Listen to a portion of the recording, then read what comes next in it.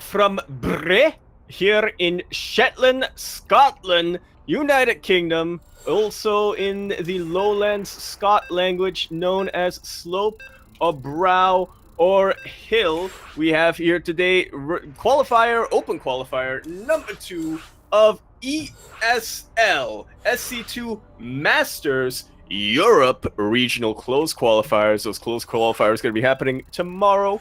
And today we're going to be seeing who are the final, what is it, I believe 16 players? Mm-hmm. Yep, 16 players who are going to be continuing and advancing to those close qualifiers tomorrow. I am, of course, your host, Yaku of the Zaku, and with me today is El Papito Comos del Taquerias, Light _VIP. How we doing, Light? It's great to be here. Second broadcast, second event here in a row as we have a lobby. We have our first match ready for us here. We're diving into what would be a TVT. Oh, I thought it was going to be a TVP in our first match of the night here. It's great to be back for EPT Spring, for a new patch, for a new map pool as well.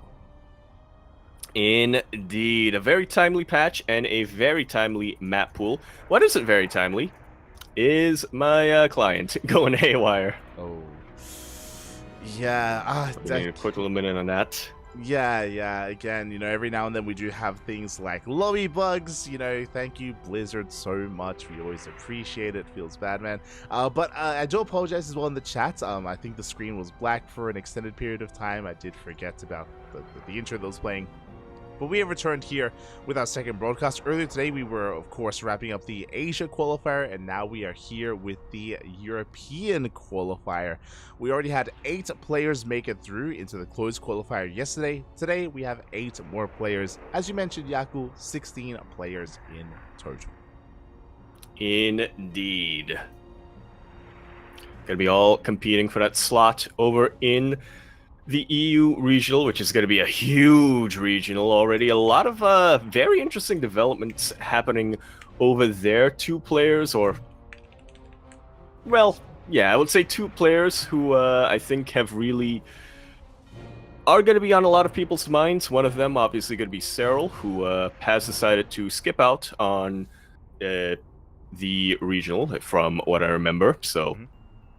Going to be that's going to be opening up a lot of potential for a lot of the other players who are kind of on the cusp of getting to that championship level. It's going to be a little bit of an open season for a lot of the, not just the top players in EU, but also the players who are like maybe just one tier below them. The other one, right from last night, Thermal, he is back, and he is cubed. There we go. That's the term I was thinking of. Gonna be playing random. Yeah, he is gonna be playing random, so it's great to see that Thermal has returned in some capacity to competitive play, and we'll see how well he can perform. And likewise, we'll see what he can perform against some of these newer players that are on the rise as well.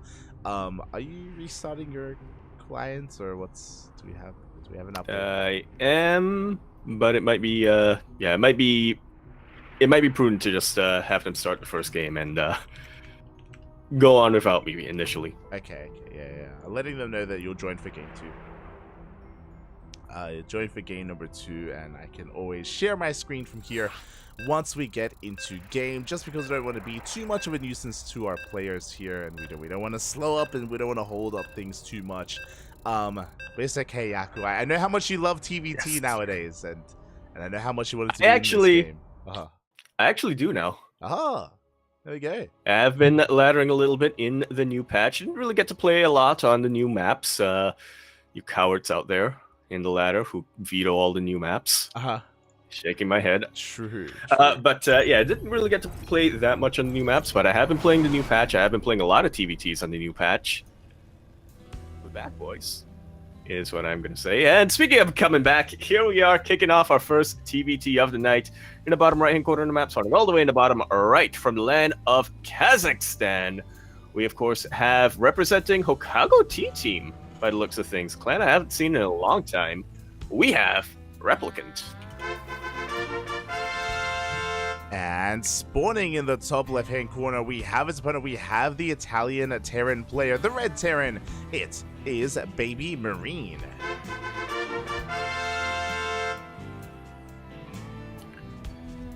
Currently teamless, I believe a free agent as well, so might be somebody who your team owners, who I know for a fact are watching right now, I want to look out for. Yeah, definitely. I mean, again, Baby Marine is a player worth keeping an eye out for. He's an amazing player in his own right. So, yeah, would love to see some support coming in and potentially a pickup. I was very surprised to see that he was not really established for the WTL qualifiers. So yeah, I mean, regardless though, he's a part of these qualifiers here instead, so he's still competing, he's still active. Indeed, very much so. Very much so.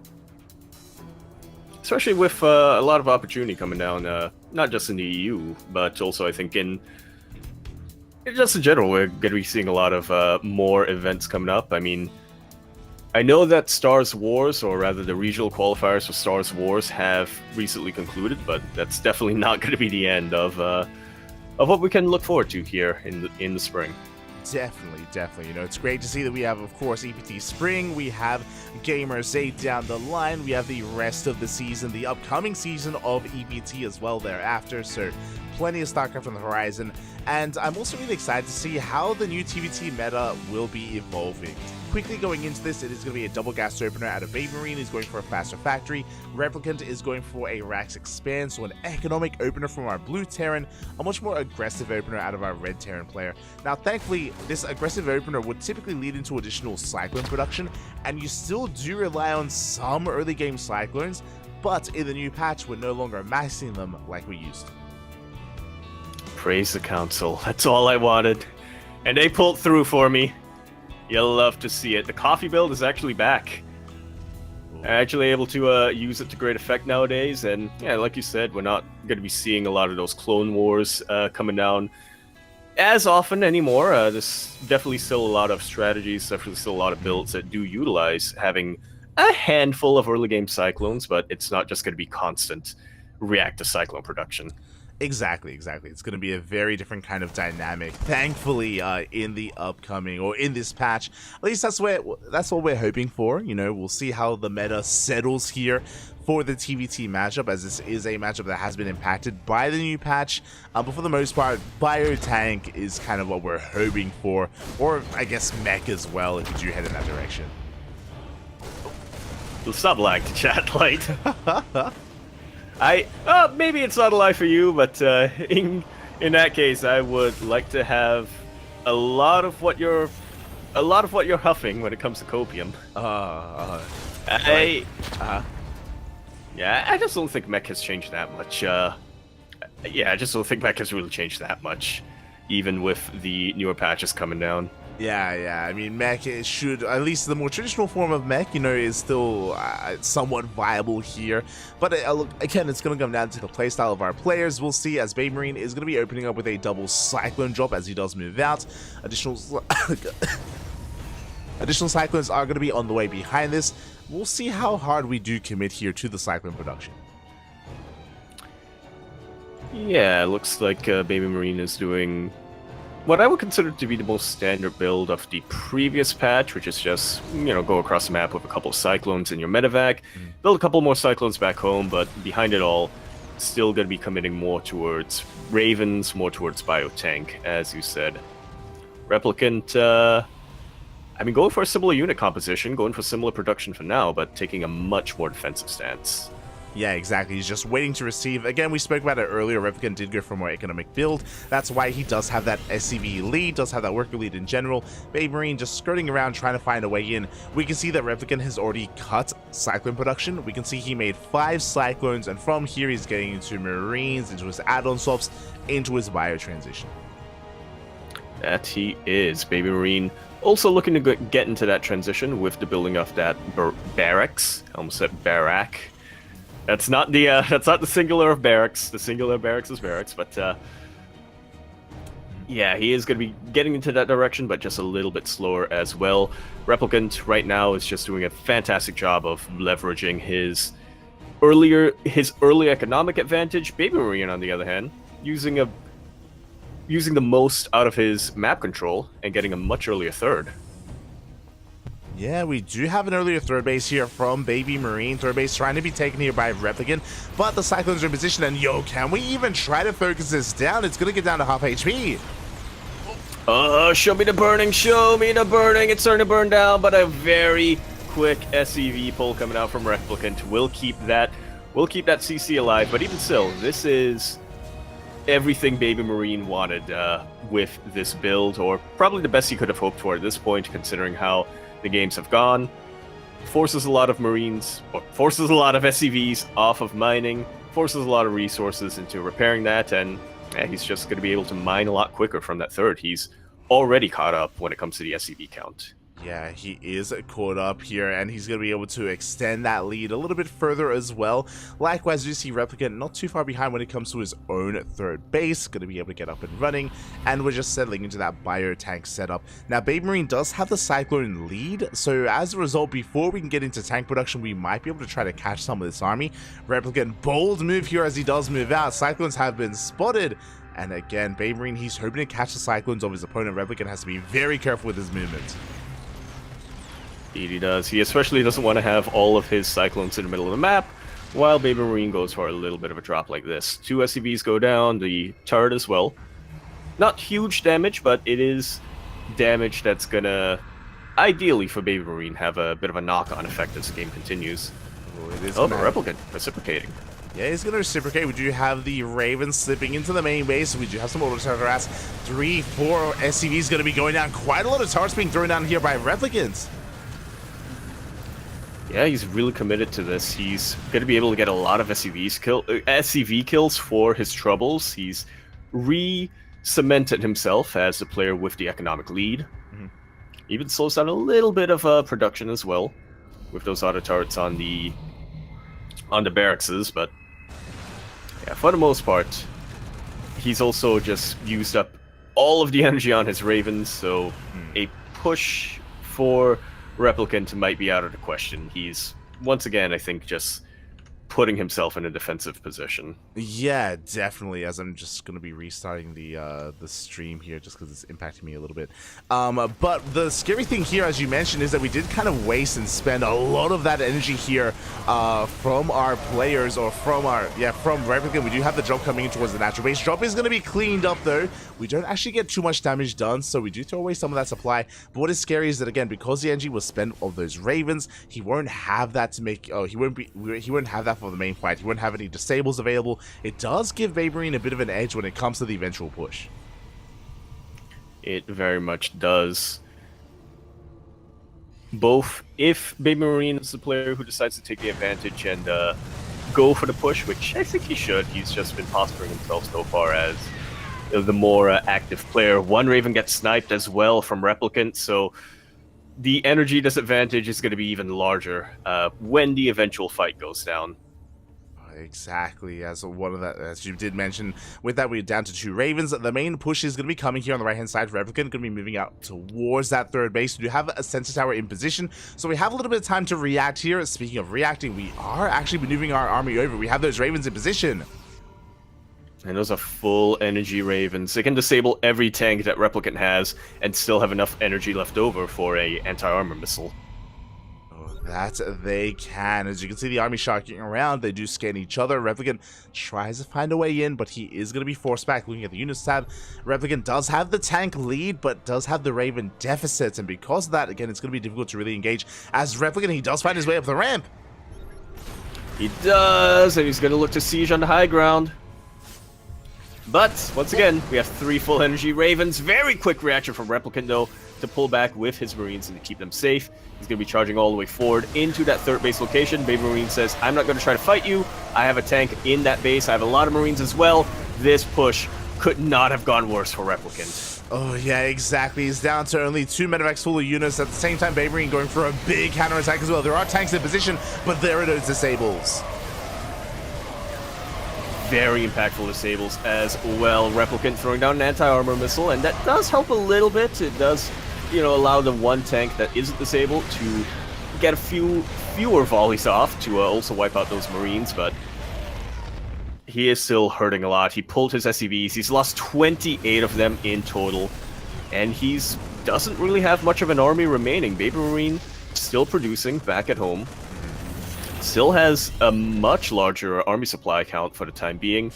2 of these tanks are replicant also in the middle of the map, so yeah, they're not exactly being useful. Yeah, unfortunately, Replicant, sure, he was able to outposition Baby Marine, but he just didn't have a large enough army to really make use of or to really force a base trade or really threaten the bases here. Baby Marine, the push didn't really achieve too much, and now Replicant, he's in a world of hurt. As you mentioned, he's far behind here in the economy. Baby Marine taking a 4th base, while Replicant is barely saturated on 3. And once again, we have both armies missing each other. Baby Marine going for a Doom Job, at the same time, Replicant pushing towards a 3rd.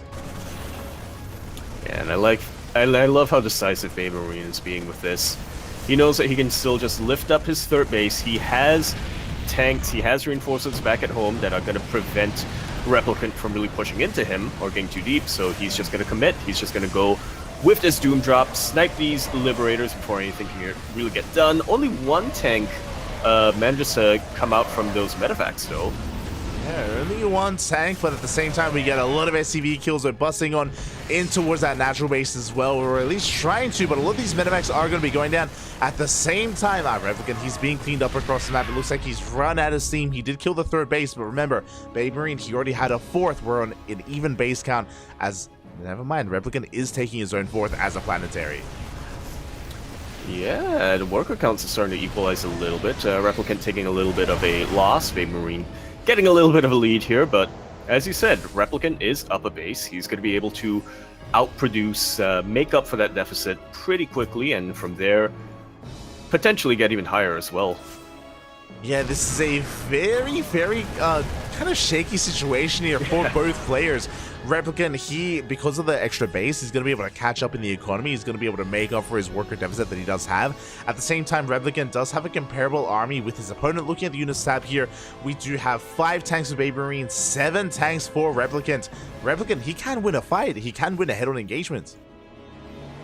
Yeah, I don't doubt him for a second. He absolutely can. It's all going to be about timing and positioning. Replicant going to stim up this ramp, snipe 1 tank, back away before any other volleys can really get thrown off. And once again, he's just going straight for the 3rd base. Baby Marine as well. Gonna be going straight for the push. Yeah, exactly. Both armies, they do run past each other. The army of Baby Marine going straight for the 3rd base. There are plenty of tanks here to defend, but they're exposed, and tanks are going down. These are expensive losses here for Replicants. Extremely expensive losses. He's going to lose his 3rd base as well. Tanks of Baby Marine do get sieged up in a much better position. Replicant going to try to stim into the natural, but there are already reinforcing tanks here for Baby Marine, sieging up on the ramp, shelling away. Replicant seems like he has the better position of his Marines, but he just cannot really advance beyond this position. Yeah, he really cannot. These Marines, they're going to be hunted down. Replicant is going to be losing his entire army across the map, and he did not deny this 3rd base. He's aware of it, but again, he just couldn't quite apply any pressure to it because it is a planetary. Baby Marine, he's turning back around, and you can see Baby Marine take a supply lead. Yeah, very significant one as well, both in terms of SCVs and army supply. And keep in mind, both players are extremely low when it comes to their income, when it comes to their economy. What you see is essentially what you get. All that Replicant has in particular is all that he's got. He's not going to be able to produce much beyond this if Baby Marine keeps hammering at him. Speaking of, the hammer is about to come down here on the 4th base. We have 5 tanks for the main army. Thankfully, Replicant, he's in position. He does get a couple of tank volleys off, has Vikings, has air superiority as well. So Replicant, he's buying time, but he needs a lot of time here to recover. Again, he's still on 41 SCVs. He's still trying to recover. Baby Marine has his own 4th base about to finish up, soon to be landed on location. Ooh. That it will, and this could potentially be the final nail in the coffin as well. Baby Marine's 3-3 upgrades are just about halfway done. Replicant not even anywhere close to being able to afford them. Yeah, exactly. He has not begun them. He hasn't started again. He's still trying to rebuild his SCV count. Likewise, we do see Baby Marine just focusing on maxing out, and he will be the first to reach that 200 supply. Once he does, he can go for a 3-3 timing, and Again, I think the best that Replicant can hope for is maybe another counterattack, maybe another Doom drop. The reality is a lot of these Doom drops, a lot of these counterattacks from Replicant, they just have not been successful. They really haven't. It just really shows, or it's really a testament to Baby Marine's macro capabilities and production cycles that every time Replicant pushes into him, he's already got a fresh tank or two getting ready to siege up back home. And as we say that the tanks are going to be sieging, Baby Marine diving on top of the army here. Barely any Marines. We get on top of the tanks as well. A very efficient trade by Baby Marine. And again, we have a standing army for Replicant, but there's just not enough support for these tanks. He didn't even need 3-3 to win that engagement. Didn't even need it. I mean, he still has it on the way, and it's still a couple of seconds off. Still a couple of seconds out here from Baby Marine, but he's going to be rotating around, headed towards the 4th base, and Replicant is still trying to keep up here. Does spot the army with a Sense Tower, but it may just be too late. Yeah, way too little when it comes to the army supply, way too late when it comes to repositioning that army. This 4th base is in a lot of trouble. Replicant trying to siege, but once again, his tanks are very, very exposed. Sure, the planetary is here, but Marines can dive past the planetary, click on the tank, and then dive away. It's not the most impactful. It's not as impactful as, say, running into siege up tanks. Yeah, exactly. As Baby Marine, he's just staying within range here of the planetary, getting so many free hits in. Meanwhile, behind this, we're getting to Viking production, additional Ravens as well. We pick up the main base. We landed as a 5th base, by the way. So Baby Marine, his economy is out of this world. It is just eclipsing that of Replicant as we're coming in for the final nail in the coffin, this time with Ravens. Yeah, Interference Matrix takes out the siege up tanks. Baby Marine stims on the unsieged tanks. I didn't even notice there was this interfered or disabled tank in the backline, but yeah, that's going to be all she wrote. GG. Baby Marine takes game number 1. GG, well played. Congratulations here to Baby Marine for taking that first game, but alas, that was merely game 1, and I want to believe we can get it back and forth here. This game was pretty interesting just because it wasn't the most one-sided of games here. It was back and forth. Replicant, he had his moments. He absolutely did. It reminds me of playing Capture the Flag in a way, where you have two teams running against each other at a playground, and at certain points both the flag gets captured by the opposite team and they're just running past each other. Yeah, pretty much. We saw that so many times where both armies, they would spot each other, they would scan each other, and they would just ignore each other and just go for these big counterattacks instead. You know, just throwing caution to the wind, hoping, praying that they could maybe find a base unattended, and more often than not, Baby Marine, he just was a little bit more successful there. Yeah, definitely. I wasn't quite able to catch the production structures that Replicant had in that game, but I believe Baby Marine made a very early decision to go into 2 factories, and that absolutely helped him out a ton in the defense. Yeah, and every time Replicant pushed in, maybe he was able to kill a bunch of SCVs. At one point, he was able to kill that 3rd base, which was very, very huge, but again, Baby Marine was able to live because he always had a fresh batch of tanks coming out, because Replicant wasn't really able to push beyond that point, and because Baby Marine himself was also going for a counterattack while that was going on. Yeah, exactly. It was just all over it there, and I'm hoping for a back and forth. I'm hoping for an ace match, but we'll see as we're going to be loading into game number 2 on a much more familiar map here, a much more standard map. Well, just like the first game, going to be loading into Site Delta. Indeed, a map that we're by now pretty familiar with. And speaking of which, here in the top left-hand corner of the map, starting all the way in the top left, we of course have our red Terran player coming down from the land of Italia. He is of course going to be representing himself, as he is currently a free agent. We have Baby Marine. And spawning in the bottom right-hand corner, we have his opponent. We have the blue Terran player from the land of Kazakhstan, representing Hokkaido T-Team. It is Replicant.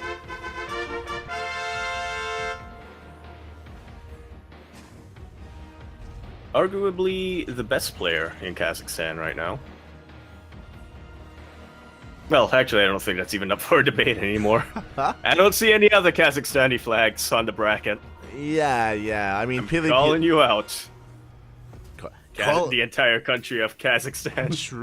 True. Again, Peely, like, again, even nowadays, he's more of a streamer than a player. He does compete from time to time, and hey, we might even see some Peely action in the Americas qualifiers, as he has since moved there. He's been in the Americas for quite some time at this point. But yeah, it does feel like Replicant has since surpassed him, and again, didn't look too bad in that last game. Yeah, it was definitely very close. I do think that there were a couple of engagements that didn't quite go his way, maybe a little bit of tunnel vision here and there, especially that initial big push that he had, which just didn't really work out for him when he stemmed into 2 tanks. Mm-hmm. But at the same time, he was also being disrupted everywhere by Baby Marine, so yeah, it's a very active and a very dynamic TVT that we had in game number 1, and I, for one, and hoping that this trend continues, that, you know, we'll continue to see both of our players go for drops, go for skirmishes, and just really try to stretch each other's attention. Yeah, I hope that we do manage to get that kind of game here out of our players. Once again, we do have the same dynamic where Replicant is going for a faster CC on the low ground, and Baby Marine is going for the faster factory instead. This did lead into Baby Marine having a higher Cyclone count in that last game, but he wasn't actually able to make use of it too much. So we'll see if we do adjust, or how we adjust here, as Baby Marine tries to dive in, but the SCV is going to be going down, and Replicant does keep his Reaper alive. Yeah, some tight little micro coming down from him. Making the most out of that Marine as well, as Baby Marine has not stopped Reaper production. He is going Reaper Hellion. I like it. Yeah, a little bit more old school here. Meanwhile, we'll just try to go up the rim. Marines were lying in wait. But as you mentioned, the power behind this is to go triple Reaper, double Hellion. We could even commit into a little bit more. And with this army, we can try to get some economic damage done. Dive on in, try to overwhelm the natural base, and yeah, try to take an economic lead. Yeah, ideally. Definitely keeping my eye on that production tab. Just wanting to see what comes out from the starport, as Baby Marine a little bit too idle. Replicant going to be able to chase down these Reapers, and yeah, whatever Baby Marine had planned earlier, it's not going to come to pass now. Yeah, a good trade for Replicant. He trades 1 Reaper for 2 in the end. Does barely escape with that Hellion as well, going to be able to top it up. Did you see Baby Marine trying to force the issue, but we have a defensive Cyclone. We have held Replicant. He gets away with his opener, does still have that worker lead, and is looking pretty good here, at least in the early game. Indeed he is. Baby Marine as well, not quite able to get into that main base, so I guess it's not the biggest of deals at this point. He's already scouted the Hellions, he's already scouted the Cyclone, so he should have a little bit of a sense of what his opponent is going for. Replicant going to be playing pretty standard, all things considered, and is an important scout for Baby Marine. Oh, exactly, as Baby Marine. I think he just barely does miss the medevac drop there. Still being active with his Hellions across the map. What are we going for? A fast 3rd CC out of Baby Marine. And what is our army looking like? We have the 1 Raven, we have a couple of Marines, the tank is on the way, but the drop has arrived. Indeed it has. A couple of SCVs can still go down to this. Marine's going to come down. Do we see a disable on the meta? Not quite. Actually, the disable hasn't even been researched yet. Yeah. I miss the days where it was just, you didn't have to research disable, you know? The good old days. Wishful thinking on my part. You don't know what you have until it's really gone. It's one of those things, right? Where, again, just a time's gone by. Things were just so much more. What's the way to put it? You know, things just built different back in the day. You know, back in my day, Ravens, they didn't even need an upgrade to give you all these spells and abilities. Now you need to buy all these add-ons. Now you have to, you know, invest into all these bonuses, and these young kids, they didn't even know. I've seen things you couldn't even perceive. Back in my day, Ravens, they could shoot Hunter-Seeker missiles. It was crazy. Yeah. Could actually kill things. They could. It was insane. You know, back in my day, you had to research Siege. Oh my god. On Siege tanks. You're so old, Yaku. Yeah. I know. No, not like this. As Replicant is going to be rotating around. Again, he is going to be trying to lay this third base for as long as possible. The third is about to finish up here for Baby Marine. Replicant's own third just now halfway done here, so he is quite far behind when it comes to the third base timing, but Replicant is being very active here with his army. Indeed he is, even sending a drop into that main base. He's getting a Liberator as well. He has not stopped his Viking production, which means that Replicant is committed. He wants to deal a whole lot of damage before being forced to go back home. He lands the Vikings, is able to take out one of the tanks, but the stim from the Marines, as well as the auto turrets from the Ravens, are going to wipe these out.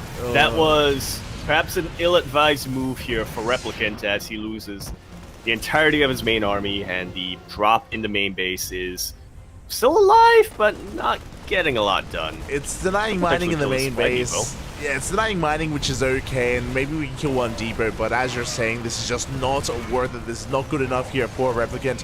I liked what he was doing. I thought he was trying to dive on top of the Ravens and zone them away and create an opening. Instead, he landed the Vikings, and it was just a really unfortunate moment. Baby Marine, he wasn't too far behind with his reinforcements. He cleans up all the Vikings. He shuts any kind of advantage that Replicant had, and now Baby Marine, he's on his 3 bases. He is on his 3 bases. He hasn't taken much economic damage. Only 4 SCVs have gone down. This is a pittance. You know, he's down on the worker count for now, but not for much longer. Replicant himself, okay, he's got his CC, his 3rd CC, but he still needs to float it over. It's not an orbital command yet, so that's going to take up more time.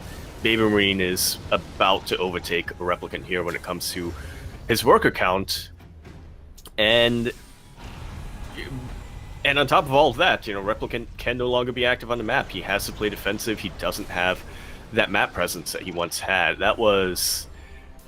Oh, man, I felt it in my soul. Light. I think we've all been there. We've all had situations where we think we see an opening, and we go for it, but then the minute we hit... I'm not sure what the Zerg equivalent is, but the minute we hit land Vikings, we realize, oh, wait a minute. Yeah, that was... rough, to say the least. Yeah, for Zergs, it's like that moment where you think you see a bunch of unsieged tanks, so you try to dive on top of them. But really, the Marines, they were like merely half a screen away or something. Yeah, they just punish your dive, and you don't get the tanks. Maybe they get picked up by medevacs, and you just throw away a bunch of supply. And a similar situation here for Replicant. I mean, he still has a comparable army, but it doesn't have any kind of lead that he once did, unfortunately.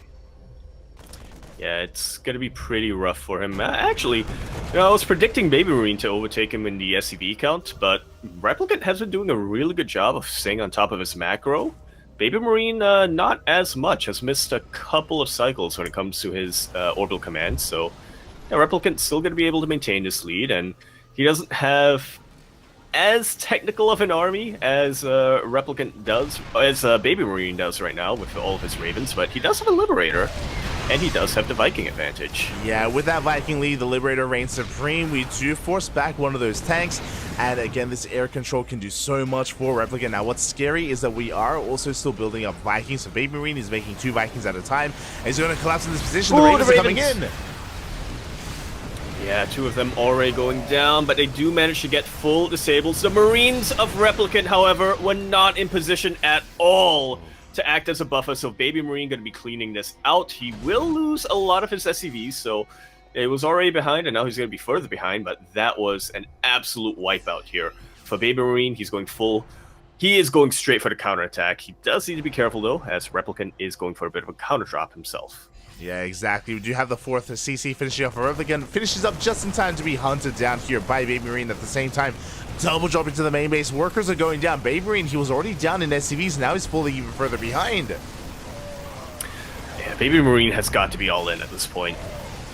Like, he does have a better army for now, but I just can't see him out-macroing it from this position. Yeah, exactly. As you mentioned, Baby Marine has the higher army supply. Now is the time to make use of it. You're looking at the Unislot tab, or you're looking at the Unis tab right now.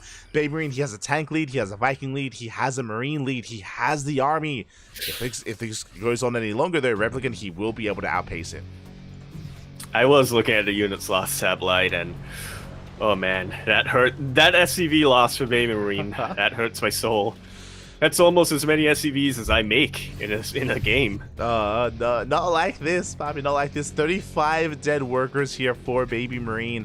And again, the longer this goes on, the better it is for Replicant here. As we do see 2-2 on the horizon. Baby Marine, he pulls back home with most of his army. Baby Marine, he's not actually committing here, which means Replicant, all he needs is to establish another base, and he can just overwhelm Baby Marine and try to be the first to max out. Yeah, Baby Marine, I don't know. I guess he's overestimating Replicant a little bit here. He's still being active with his Marines, but he's not committing to any big pushes, I guess because he's just concerned about the potential of a counter drop coming out from Replicant. Yeah, I mean... He knows how... Oh, yeah, this is fully paranoid. Yeah. Yeah, that's all you can... Yeah. That's all you can really say there. Baby Marine gonna try to establish a fourth base, and he will establish it quicker than Replicant does, so maybe this is the, maybe this is how he out-macros? Yeah, I mean, the fourth, it's becoming a planetary as we speak. Replicant trying to move out here with his bio army at least, and he's going to be able to chase back the army of Baby Marine, but it can't really threaten the planetary itself. We have a tank in position as well. Baby Marine, he's going to be fine. He actually collapses on the Marines. That he does. Upgrades are even for the time being, as both players are just really vying for map control with these move-outs. That they are. Replicant now going to be able to finally establish his fourth base. As both players are being passive, as both players are expanding, taking their forts, we're maxing out. You know, both players, we are maxing out at this point here. We're getting towards a longer game. Replicant still has a slight supply lead compared to Baby Marine, but that lead is soon about to be gone at this point. It's about to be cleaned up. It's about to be met by Baby Marine as well. We have a game. We do have a game. I just want to remind everyone, Baby Marine lost 35 SCVs throughout the course of this game, and yet we're now even on workers. Look at that. He was down 20 workers at one point, and yet here we are, even base count, even worker count, comparable army counts, or comparable armies, I should say. Yeah, exactly, and again, Replicant, he had maybe an opportunity earlier, but alas, that opportunity has long since passed. Again, he's keeping all of his tanks back at home. He's only being active with his Marines, so not the most committed move out here from Replicant. Just trying to poke his way in. 3-3s on the horizon, and Replicant, he's transitioning into Sky Terran with 2 more starports on the way. Is that? That he is. Is that tank in the main base of Replicant Yaku Curse? Yes. I'm sorry, Replicant. If these command centers weren't on the way, then I think the tank could leave, but the CCs, I think they are just blocking it in here, and yeah, there's no way out for that tank. No, there is not. Conversely, here we have the main armies about to be clashing. Replicant going to stem on forward, pick off a ton of tanks, but leaves his own tanks exposed. They do get disabled, they do get stemmed upon by Baby Marine. Third base will be going down, a lot of SCVs as well. But now these Marines of Replicant are super exposed. They are a lot more mobile and a lot faster than the tanks of Baby Marine, so Replicant can still do a lot of damage. Ooh, not if there's a tank in the high ground, though. Oh, he takes down the natural base, so that's 2 bases going down, 30 SCVs as well. He will be completely cleaned up. You can see Replicant, he plummets in the army supply, but he does cripple the economy here of Baby Marine, and this time we should force the all-in. This time Baby Marine, he should commit with everything he has. Yeah, he should know that fight went so far in his favor. And he's also effectively crippled when it comes to the economy, as you said. Now, he was able to catch up once, but at this point he is down to only 2 CCs compared to the about to be 5 from Replicant, and he's 3 CCs compared to the 5 of Replicant, but he's not making any more. He knows that all he has is all he's got, and he's got a lot that he needs to make use of sooner rather than later. Yeah, exactly. So the third base is going to be lifted. Replicant does evacuate. He's catching some reinforcements as well. Nice catch here from Replicant, forcing back the army. Oh, but big tank volley is going to be going off, and this is an expensive trade here for Replicant. Yeah, it really is. Sure, he can afford to replace them.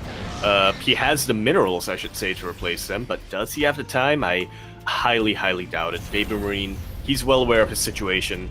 he knows he needs to go now. Yeah, and again, you can see Baby Marine, he's super maxed right now. He's staying on 51 SCVs, and he has 140 army supply. We force our way through big disables here on the tanks, and we can just mow through all of this. Just like so. Baby Marine, he's back with a vengeance, as he's looking to really turn the tides and reciprocate the crippling of the economy earlier, potentially doing even more, as Replicant doesn't have any forces that can really face this. Yeah, even the drop across the map is being cleaned up by reinforcements, so making our way into the main base. In the main base, there's that one tank that was left behind. It's trying to hold the line here, but the disable comes in.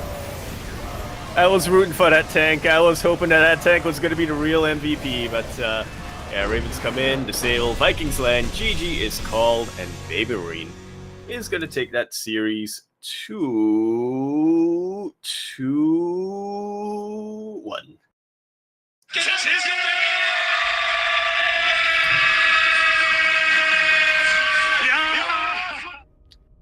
GG, Baby Marine making 125 workers in total that game. And still ended that game with about 51 of them. That was insane to witness. That was Baby Marine kind of defying conventional wisdom a little bit by not going for that counterattack, and yet somehow still coming out on top just through sheer positioning and willpower is what I'll attribute it to. Yeah, very impressive play there out of Baby Marine. But again, a special shout out to Replicant. Even though he's knocked out, even though he's knocked out of the qualifier, he did hold his own against Baby Marine. He had his own moments, he had his own advantages in that game. Wasn't able to turn that into a win, unfortunately, but did manage to make a series out of that. So GG, well played. Shout out to Replicant. I wish to see more of him in the future. I hope he's able to be a part of future qualifiers and future events. But Baby Marine does advance on. Indeed, he does. Advances on to face yet another Terran player. A Terran player who he's very familiar with, somebody who's faced many times in ESL Open Cups, in qualifiers, in the ASL Junior League as well, if I remember that correctly, or the Alpha X Junior League is what I should say. He's going up against Cuckoo. Ooh, there he is. So Cuckoo is going to be coming up next. Were they both on the same team at a certain point? Were they both Roddy boys? They were both on Team Roddy, if I'm not mistaken. Yeah, I want to say that's they were both Roddy boys. Twas. They both played in WTL together at one point. There we go. So ex-teammates are going to be facing off. I think they're like relatively close in age as well. I think they're yeah. Cuckoo's 20 this year? he's what? He's a child, Bob. He's a baby. Oh my god. He's not 15 anymore? When did that happen? We're all getting older, Bob. We're all getting older. Smooch. But yeah, it's only a year age difference. Okay. So yeah, that's why they were both playing in Alpha X Junior League. Back when that was a thing. That's why they were both Roddy boys, you know. He took both of them under his wing, his Phoenix wing, if you will. There you go. And yeah, it's nice to see that they're still very passionate, still very active, and still competing. Oh yeah. Yeah, they still are very active players here. Next generation of pro Terran players, if you will, and we'll see who can advance on over the other. Again, there seem to be some other updates coming in as well, but we're still in the early rounds of the qualifier. No major results. Oh, actually, okay, from the top, Cougar took down Azura 2-1. Big win there. I was favoring Azura, not gonna lie. So for him to get knocked out in the first round, I would say that's a bit of an upset. I would say so as well. Very close 2-1 series by the looks of things. Azura, another one of these young players, somebody else who has been active for many years here in Legacy of the Void. So yeah, I'm with you, Light. I was definitely thinking Azura was the favorite player. Cougar, a bit of a fresher name to me, and but if you're able to take out Azura, I think you have a pretty good shot here in the qualifiers. Definitely. Another big result, and exclamation mark B in the chat for the command to get a link to the bracket yourselves. Another big result, I would say, in the center of the bracket is UED Soldier versus Sunset. I definitely would have favored UD Soldier. He's been looking very impressive as of late. He's the Russian Protoss player. But he went down 2-0 to Sunset, a Ukrainian player. And I'll be honest, when it comes to Ukrainian players, we think of Night Phoenix, we think of Rostock, we think of Gref, Demaga, Kaz. Way back in the day. Yeah. Way back in the day, you think of Bly. Bly, yeah, I mean, he's still semi-active. Oh, he's still active, actually. Yeah, he pops up every now and then. I'm very unfamiliar with Sunset, so that's a pretty big win for Sunset as a player. It is indeed. We have a lot of rising stars coming out here in the qualifiers. You'll love to see it. Definitely. It's great to see kind of these players looking to make a name for themselves, getting some good results coming in. Outside of that, no other big major upsets here as players have been advancing on in the round of 32. As a reminder, it is top 8 that do qualify, which means the round of 16, that's where the best of 5s are. Indeed, it is. So we pretty much have one best of 3 remaining here on the stream, and then ideally we can get maybe 2 best of 5s if they stack up like that. Yep. Considering we're about to see a TVT, maybe we will. Maybe we will. Players just conducting their vetoes, and because we have a little bit of time here, we might go on a short break. I spoke too soon, as it looks like the lobby is being made, and we are all filing into our second best of 3 of the night. Here we go. Alcione, Alcyon, Alkai 1. Al Capone. Gonna be our first mate. El Capone.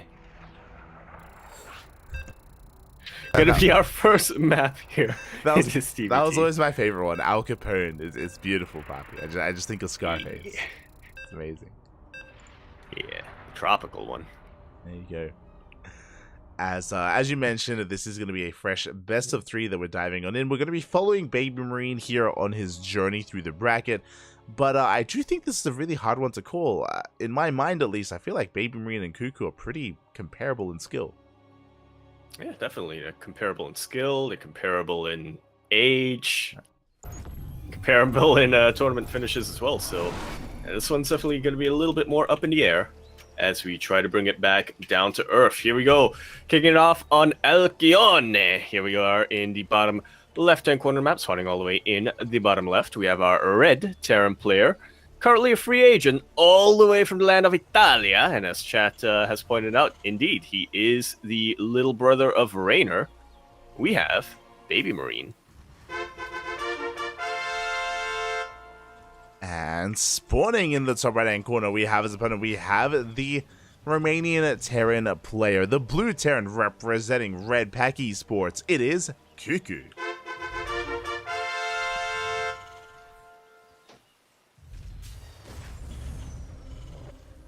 The Roddy boys, they're back. And they're fighting again. Why do they always fight, Light?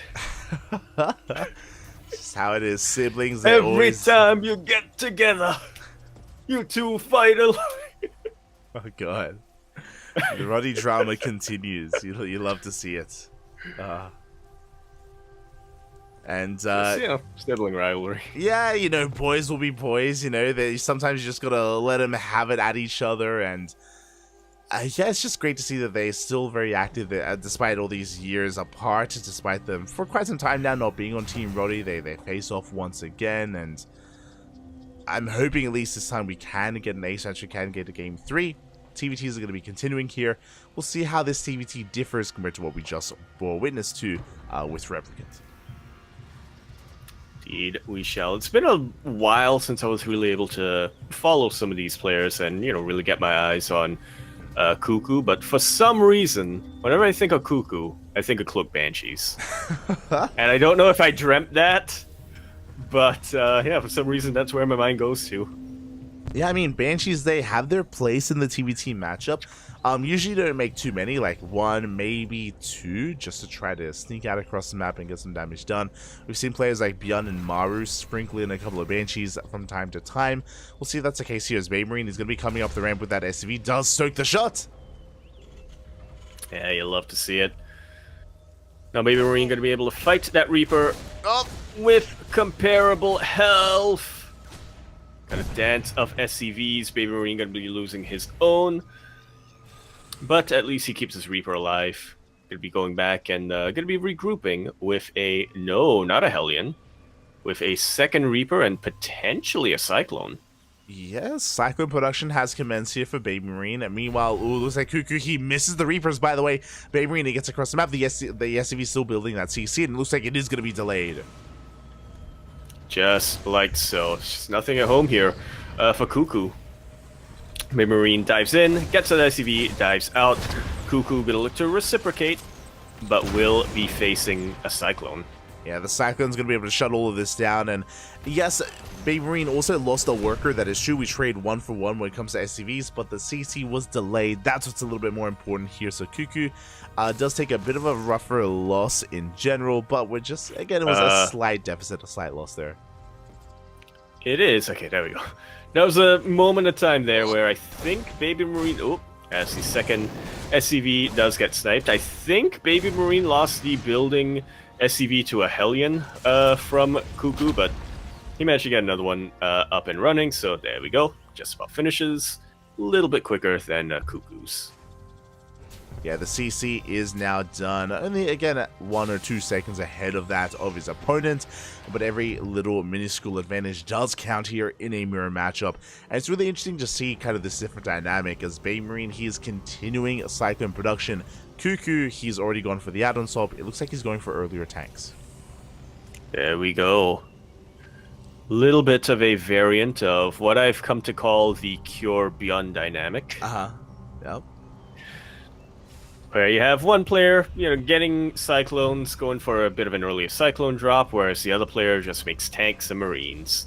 Although in this case, Cuckoo is also throwing in Ravens, so yeah, not quite the Chat Beyond build. Yeah, I'm really curious because I don't think I've seen enough TVT recently to really know whether or not this playstyle from Baby Marine is still common, because he's still making more Cyclones. Like, this feels very previous patch. Before the nerf of these Cyclones, so it's interesting to see the Baby Marine, he's still massing them up, he's still trying to gain value with them, despite the fact that they are significantly weaker than they once were. They are. Seems like even before the patch went live, most, not even just pros, but in my own anecdotal experience on the ladder as well, most players were getting ready to not rely on the Cyclone so much and were experimenting with other builds. So it's very interesting to see Baby Marine say, no. I'm still going to make a lot of Cyclones, and I'm still going to try to make them work. Yeah, and we'll see if he can, as we do see the tank slowly leapfrogging forward. And to be fair, Baby Marine did make them work against Replicant at least, but the Reaper is going to be going down. We can see Cuckoo getting ready to collapse on this army, and Baby Marine has to be very careful with these Cyclones. Doesn't want to throw them away, doesn't want to lose too much too quickly.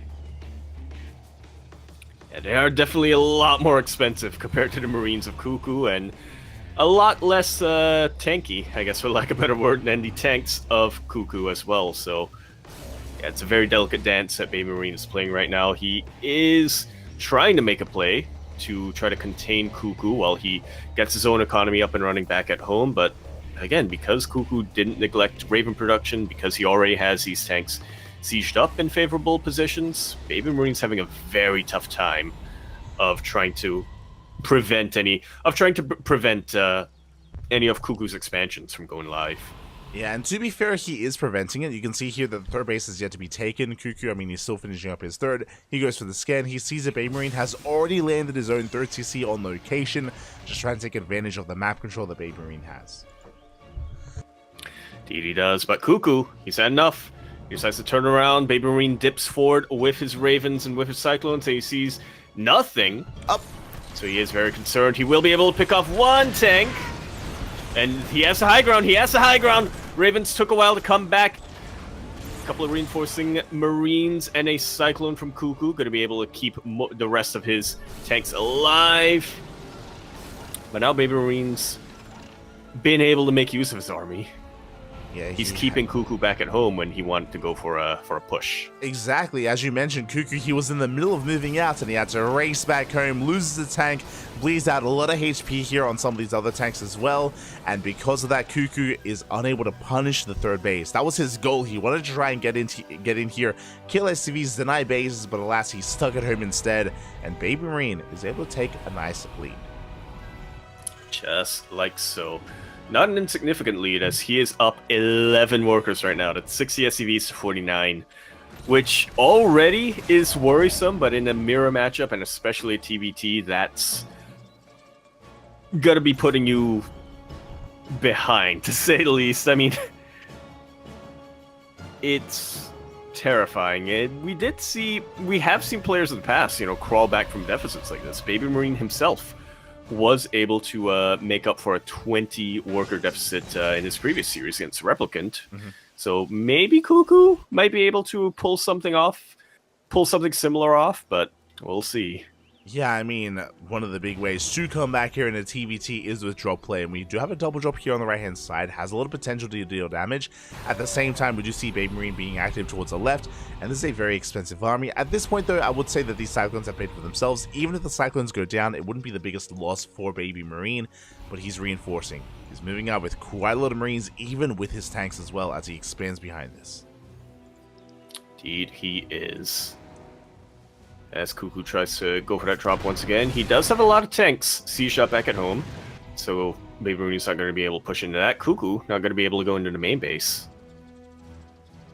Yeah, turrets, they're in position here. Cuckoo has to respect them, has to back off instead. Likewise, Baby Marine, he did spot that double drop, so it looks like he's a little bit paranoid. He's going to pull back as well. Doesn't want to overextend as the game is still settling down. Baby Marine still maintains his overall lead, and his fourth base is slowly getting up and running as Cuckoo, it's his turn to move out. Indeed, going for multi-prongs. You'll love to see it. No big committed pushes, but here we go. He boosts straight past that turret. He's going to be dropping right into the mineral line while this is going on. Baby Marine pulls back with his army, but he leaves his fourth base exposed. Will cancel it right at the last second there, so at least he doesn't lose too many resources, but even still, the momentum that Baby Marine was building earlier is starting to stall at least a little bit. Yeah, exactly. I mean, that's a big cancel on the fourth base.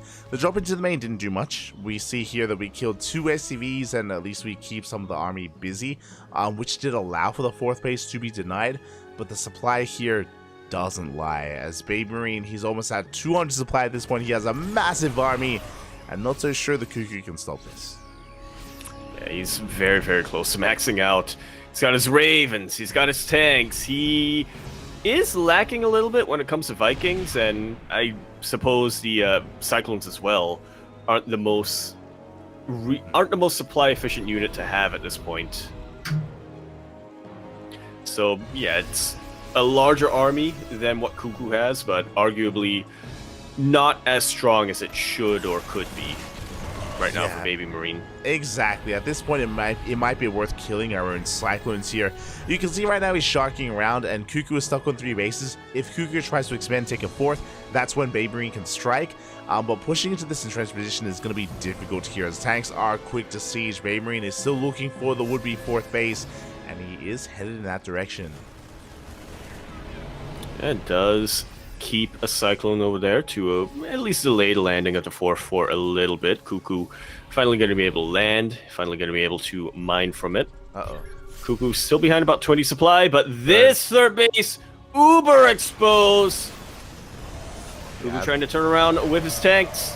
Big anti-armor missile. The tanks are coming in for a bit of a surround as well. The Marines are going to be going down. Big disables on the tanks as well, and it looks like Baby Marine, he takes a massive fight. GG gets called. Baby Marine takes a lead in the series. GG. Very nicely done here from Baby Marine, just to see that opportunity to scan ahead and go straight on forward. It felt like Cuckoo was behind for quite a while in that game. He was doing a really good job of fighting back and staying in the game. I really do think that there are a number of scenarios where he would have been able to win an engagement, but in those split couple of seconds, when Baby Marine started pushing into his third base, when he noticed that there was nothing defending it over there, it was just too late. He couldn't turn around quick enough. Yeah, he could not turn around quick enough there. Baby Marine was able to outposition Cuckoo in the end. So very well done, very well played as we're settling into game number 2. And a shout out to Naruto, shout out to Take TV as they're going to be joining us as well. As they're going to be joining us here in game number 2. Indeed, they are. Indeed, they are. That's Come down with some Deutsch. Naruto. Good. Anyway, going to be continuing our best of 3 pre-qualifying match, the prequel, if you will, on a new map in the current map pool. One that I'll say I'm fond of it for now. Here we are on Crimson Court. We're here in the bottom left-hand corner map, spawning all the way in the bottom left. We have our red Terran player coming down from the land of Italia. He is, of course, a free agent at the moment. But the little brother of Rainer, fun fact, they actually share the same birthday, we have Baby Marine. Ooh, and spawning in the top right-hand corner, but also going for a proxy 2x here on Crimson Court.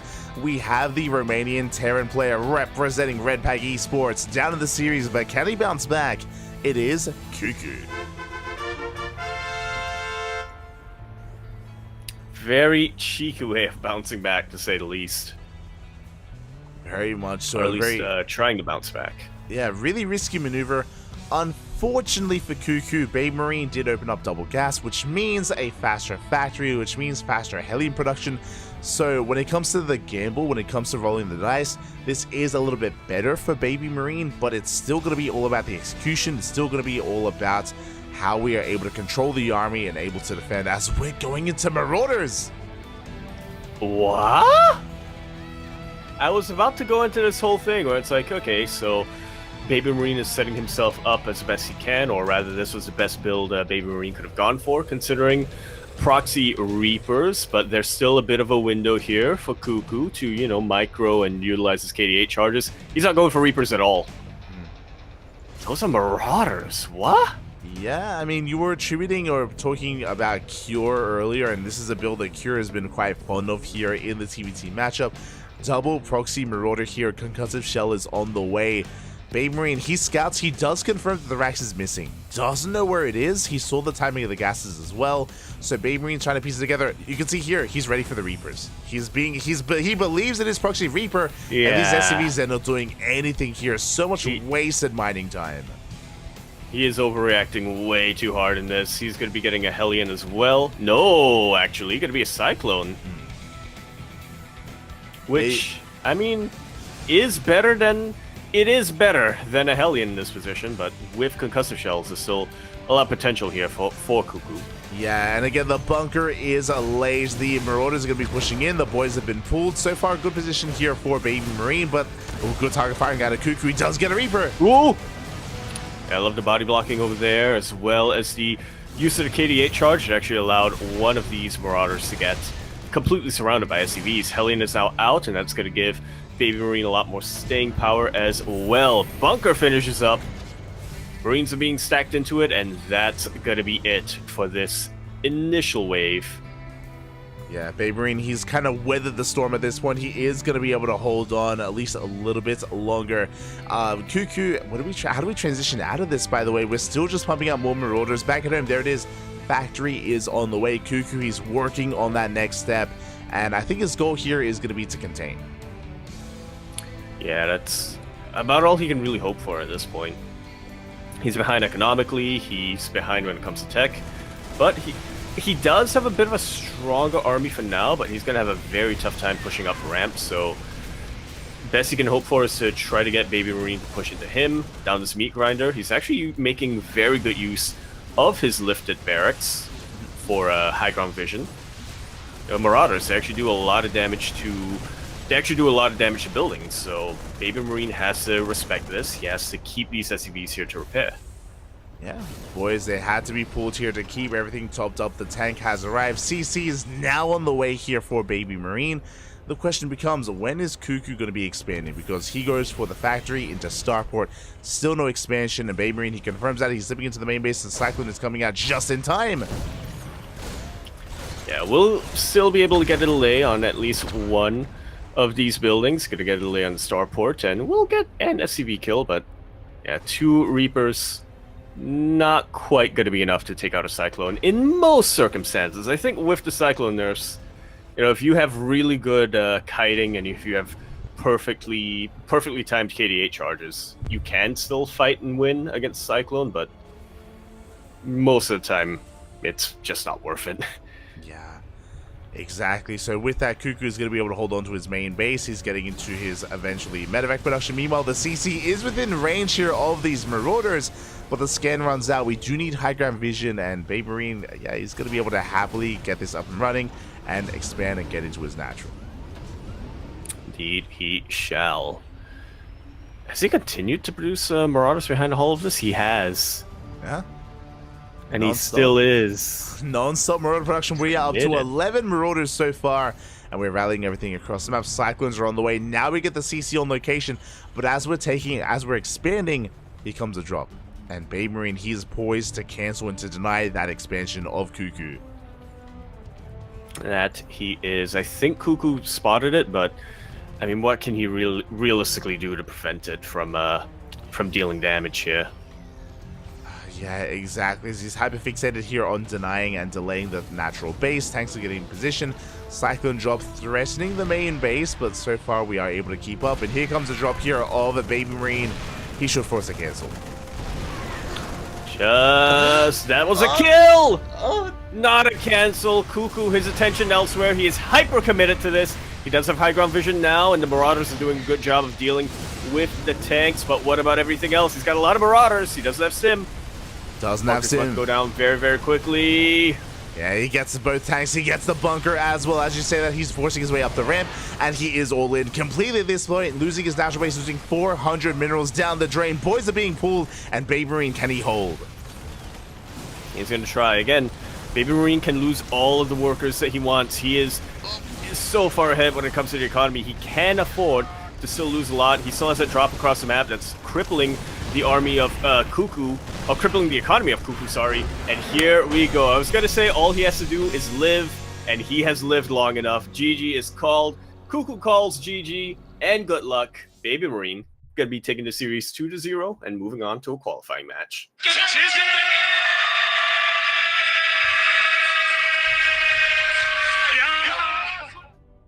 That was intense towards the end there. Whew. GG, well played. Yeah, I mean, Cuckoo, he almost broke through. Like, that was scary. Yeah. I wanted to believe. I really, truly wanted to believe there when he started going up the ramp. I was like, is he actually going to do this? He has enough brute force to take out both of the tanks and the bunker? He could potentially win this. There was a period of time as well where I guess Baby Marine was focusing more on his drop across the map, so he actually wasn't kiting or microing with that Cyclone either, and that was pretty much the last backbone of defense there, the last pillar of defense that he really did have. I really, truly believe that Cuckoo would have been able to do it there, but in the end, something clicked there for Baby Marine. He remembered, oh wait, let me look back home at my defense, let me pull my Cyclone back, let me make sure that I can continue to produce defensive units here, while I cripple your economy across the map as well. Very nicely done here by Baby Marine. Yeah, very nicely done. Very good adaptation here to the almost bizarre scenario that was presented to him. So just really good kind of control there. Really good grace under pressure from Baby Marine. And with that, he does advance on into a qualifying match. And we, I believe, just got an update. You can see it there in the chat. Power just took down Hydra 2-1. Ooh. Indeed. That's, I would say, another pretty big upset coming out here tonight. A lot of our more experienced players who we've been getting used to in these past couple of years are dropping down a little bit compared in place of some rising talent coming down. So it does mean that we already have our qualifying match on our hands. It's going to be Baby Marine versus Power. In the specify, only one of them can advance. Only one can advance, and we have broken the curse here as No longer do we have TVT's Power is a Protoss player, so we finally can spread our wings and embrace a different matchup. Here we go.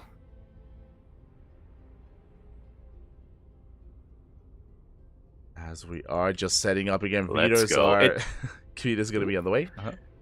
Yeah, it's going to be the matchup that I think most of us have our eyeballs on. It's the matchup that I think the most recent patch wanted to address, as well as PvP. And I want to say TVT as well, just because I would say TVT has been fixed with this patch. But yeah, it's TVP was definitely the matchup that the Balance Council really was looking at and really wanted to address with this patch that is currently live. Inadvertently, you know, they also had to, because of the changes that they made, they also decided we need to switch some things up for PvP as well, which is how we got the sentry buff. But I haven't been able to catch too many TVPs since this patch went live. Yeah, I'm quite excited here to embrace the TVP matchup, to see how players do adjust and where they do take things in the end. So I'm quite excited to really embrace that here as our players are just conducting their vetoes. We also have a moment to go over the bracket itself and to try to catch up on any other updates that have been coming in.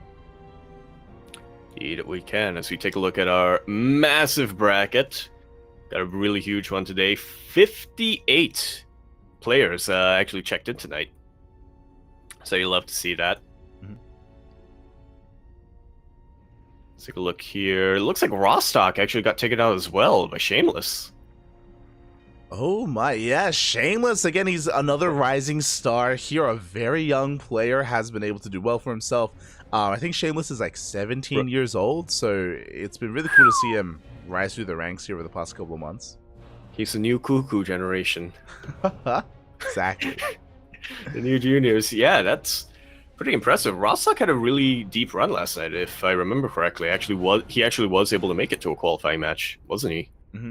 Yeah, Rostock, he had a deep run. Unfortunately, had to try again here in qualifier number 2. His run is ended shorter this time by Shameless. Now he's in a qualifying match waiting for the winner of Zane and Salamander. I'm going to be favoring Zane in that series, and that's going to be a spicy PvP if Zane does face off against Shameless. Indeed, it will. But, of course, Zane versus Salamander still going off. I'm with you, Light. I would favor Zane as well, just because we've been able to see a whole lot more from him in the past couple of years. Specifically, I want to say 6 years, or maybe 7 years since he started really competing, when he made his first appearance in Epic LAN, and a whole bunch of other cups as well throughout the years. So, yeah, we shall see. But something's in the air tonight, Light. Something is in the air, and a lot of these rising stars are knocking out some of the more established pros. I guess we can't be too surprised anymore if Salamander took out Zane here. True. You know, we've already had some upsets, and more upsets will be upon us as well. So I wish Salamander the best of luck against Zane. Scrolling down a little bit further, we have Cougar versus Sebestes, currently mid-series, I believe. Oh, that sounds pronounced. I think so, maybe. As we scrolling down a little bit further, we have Extra Striker versus Ashbringer. Did go in favor of Extra Striker. I do consider them to be pretty comparable in skill, Extra Striker and Ashbringer. Yeah. For a very long time they go back and forth, but that's a very nice win for Exo. Yeah, definitely. Definitely a pretty solid 2-0. He's already in a qualifying match. And yeah, it looks like the two players who he's going to be facing up again are relatively less experienced than some of the other names that we saw here on this bracket, but I guess that doesn't really mean much either anymore, since a lot of them have been able to really get results here against the more established players. So yeah, we'll see how Exo Striker is going to be able to fare against either of them. We shall see. Likewise, we have another qualifying match in Rom versus Snogstar. Looking at the players, I mean, this does make sense. Rom took down Angry, Snogstar took down Hatsu. I mean, again, Angry and Hatsu are, you know, good players in their own right, but Rom and Snogstar were coming in as the favorite players there. They're facing off as we speak. We have Hino versus Arts, currently mid-series. We have Deka waiting for his next opponent. We have Trifax, Hituo Nameshar waiting for Sunset or Boanan, which I think just wrapped up. We have our own series. It's about to begin. Indeed, we do. We have one series below this. It's two players who I'm familiar with from way back in the day of Proxy Tempest and whatnot.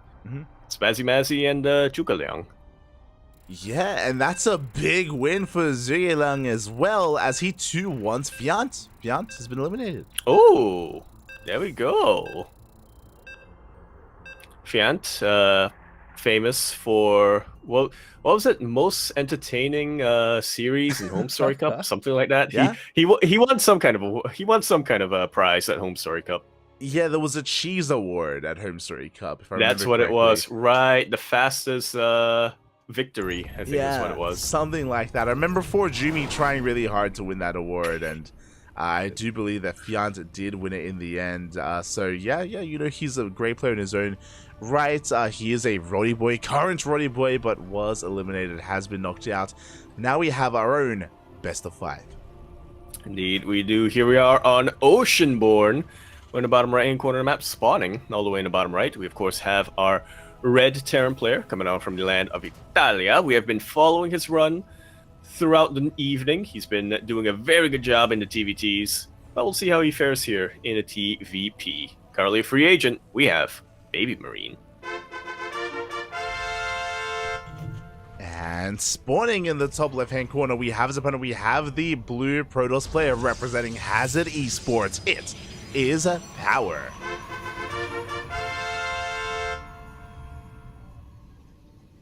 P Power. Oh. Which of course means Protoss Power. True. I thought you were gonna go the other way. The what is it? PP is the thing in Pokemon. PP. Right? PP hour, yeah. Yeah. Hey, yeah, there you go. The PP goes up. It's excuse me. When you give your Pokemon not ether, the PP up. the thing. That's what it's Yeah, called. PP up. Yeah. That's what it's called, a PP up. Yeah. Yeah, that's facts. That's Pokemon. That's Pokemon. There you go. Aye. No PP in Pokemon Sleep, unfortunately. How is Pokemon Sleep, by the way? I was getting like an ad for it the other day, and I was like, oh, that's what Yaku's playing. Yeah. I mean, I'm terrible at it. because it awards you for going to bed at the same time every night, for sleeping, having a consistent sleep schedule, for just staying asleep for 8 hours, which are things that I'm not very good at. Fun right now. Yes. Smooth. Can you like fake sleep just to like bump yourself up in it? Like, is that a thing? Maybe. I haven't looked into it. I'm sure you can fake it. Wait, so how does it work? So you said it measures your breathing? Question mark? Is that? Yeah. So you put your phone like relatively close to you when you go to bed, and you leave the app on as well. I mean, your phone can go idle. Obviously it's gonna go idle and go into a black screen, but you turn on. You open the app and you say, I'm going to sleep now. And then you put your phone nearby and then you just go to sleep. And then when you wake up, it'll like give you a chart and be like, okay, so you slept for this long. When you were asleep, this is how long you've been in deep sleep, how long you've not been in deep sleep. Oh, it looks like you woke up a whole bunch of times because your neighbors decided to renovate their house. And they start at 7 a.m. and don't end until 5 p.m. Do you think that's why they started renovating? Do you think they heard that you started playing Pokemon Sleep and they actually play Pokemon Sleep themselves, and they're like, no, we can't let this kid catch them all, you know? Yeah, they're blocking. That's what it is. They don't want me to get the Pokedex. Or to fill my Pokedex, look. They're trying to stop you from becoming the Pokemon Master. That's a conspiracy. That's what's happening. I need to look into that. Speaking of which, that wall was not a wall, as Baby Marine will be able to slip three Reapers in, and we'll be picking off quite a number of probes, way more probes, honestly, than is normal in a PvT. This is almost borderline game-ending damage here, as the 8 workers go down at the same time the Hellions, they hit that natural base as well. Looks like things are going to be cleaned up, but we finally do deal with the Reapers and the Hellions, but that is 9 dead workers already. I've seen mine drops kill fewer workers than this. True. This is oof. And it wasn't just 9 workers. We get a full scout of the main base. That was a robo-based opener into a base. So it looks like we're rushing into Colossi. Meanwhile, how do we bounce back? This is a crazy maneuver out of power. That's a second robo. That is a second robo. Despite losing all of those workers, he is going to be doubling down, which I guess I can kind of understand the rationale behind this. You know, he knows that he's going to have to be a bit more defensive against Baby Marine, who is a bit more active on the map as a Terran player. Ideally, he's going to be working on his Colossus. The question is, can he afford double Colossus production right now? That's the thing here. I mean, so robo-based openers in general are very defensive because they allow you to get fast Immortal production and fast Colossus production. The downside is no Blink, no Phoenixes, no Oracles. There's 0 map presence for power. He's stuck at home. So you can approach this in a couple of different ways. As a Terran player, you can be hyper greedy and just take a fast third base and take advantage of how passive your opponent is, or you can try to kill your opponent instead. And we're not going for a big head-on engagement, but we are crippling the economy. Yeah, 4 more probes go down. Power and Baby Marine on even worker counts, which will generally favor the Terran. Mules, man, they're pretty good. Mules are pretty good here. Looking at the vision of Baby Marine, likewise, he has spotted the second robo. He's aware we're getting into double Colossus production. This is wild, rushing into as many Colossus as possible here from power. Baby Marine, how do we respond to this? For now, we're just getting into our 3-1-1 setup. No third CC yet. None just yet, which worries me a little bit here. Power is definitely cutting corners to be able to maintain his Colossus production, but because of that, he's also going to be set. He's going to be pretty set when it comes to his defenses. Maybe even with Interference Matrix on the Ravens, Power should have a spare Colossus here and there. Without a gateway buffer, I can definitely see Baby Marine stimming forward and picking off the Colossus, but I'm not good at math, Light. I want to say maybe the battery overcharge can make up for it, but yeah, it looks like Baby Marine has made his decision. He has seen the nonsense that is being produced in front of him, and he's decided to put a stop to it. Yeah, exactly, as he's just doubling down on just bio on the Marine, a Marauder, tank, medevac here. He's building up a force. Now we have a third CC on the way here for Baby Marine, but this army is looking quite hefty here, and we'll see what we can get done. Ideally, you want to delay or deny the third base, but at the same time, that's still going to be a lot of Colossi. We already have 3. Indeed we do. Indeed we do. That's not quite going to be enough to one-shot, but that's still a very potent amount of volleys on these Marines in particular. Thermalant's about to finish up in about 15-ish seconds as well, so he's going to have that going for him. It does mean that the tanks might not be as effective, but Baby Marine still has a much higher army supply. He still has Interference Matrix, which can take these which can turn these 3 Colossus into only 1 Colossus. And once again, there's just not much of a buffer here for power. Yeah, he's got sentries for force field. I mean, force fields are going to be king here. Like, they're going to be very key for the defense from power. Can he slice up the army? Can he slow it down as the tanks? They are getting within range here of the third base. Oh, no reaction as of yet. Oh, that's a huge tank volley. Going to be landing on top of all of those Colossus. One of them already almost dead. Baby Marine actually goes for the anti-armor missile, which you gotta respect, but might not be the most effective spell to utilize right now. Yeah, fun fact, Baby Marine, he actually did not research Interference Matrix because of that. He cannot break through this. I wonder if that was a bit of an oversight here, as the first tank is going to be going down, second tank as well. I take full responsibility for that, Baby Marine. We were reminiscing about the good old days when we didn't have to research Interference Matrix, and I mean, that's got to be an oversight. There's no reason not to research it when you're going for a Raven like this. Yeah, it's so common to invest when you open up Raven into Interference Matrix, and that would have been a key moment to make use of it to actually get within range. Just like that, Baby Marine, he gets forced back. Power, he is clawing his way back into this. A double robo follow-up, it's paying off. It has absolutely paid off, yeah. He's cut a lot of corners to get to this position, but because he hasn't died, You know, he can finally afford to cover those corners. He can finally afford to renovate, you know? Yeah. It's like when you build your starter home and you have like a room somewhere that you're like, okay, I can't furnish it yet. I can't put anything in it yet. But I just gotta live, and then eventually I can. Yeah, you know, Power has been drilling at 7 a.m. every single morning, and now he has himself a home. And what's scary here is that obviously Power was stuck at home because he couldn't really be active. He couldn't chase down any kind of drops or anything, but now Blink is finishing. Blink is finishing up.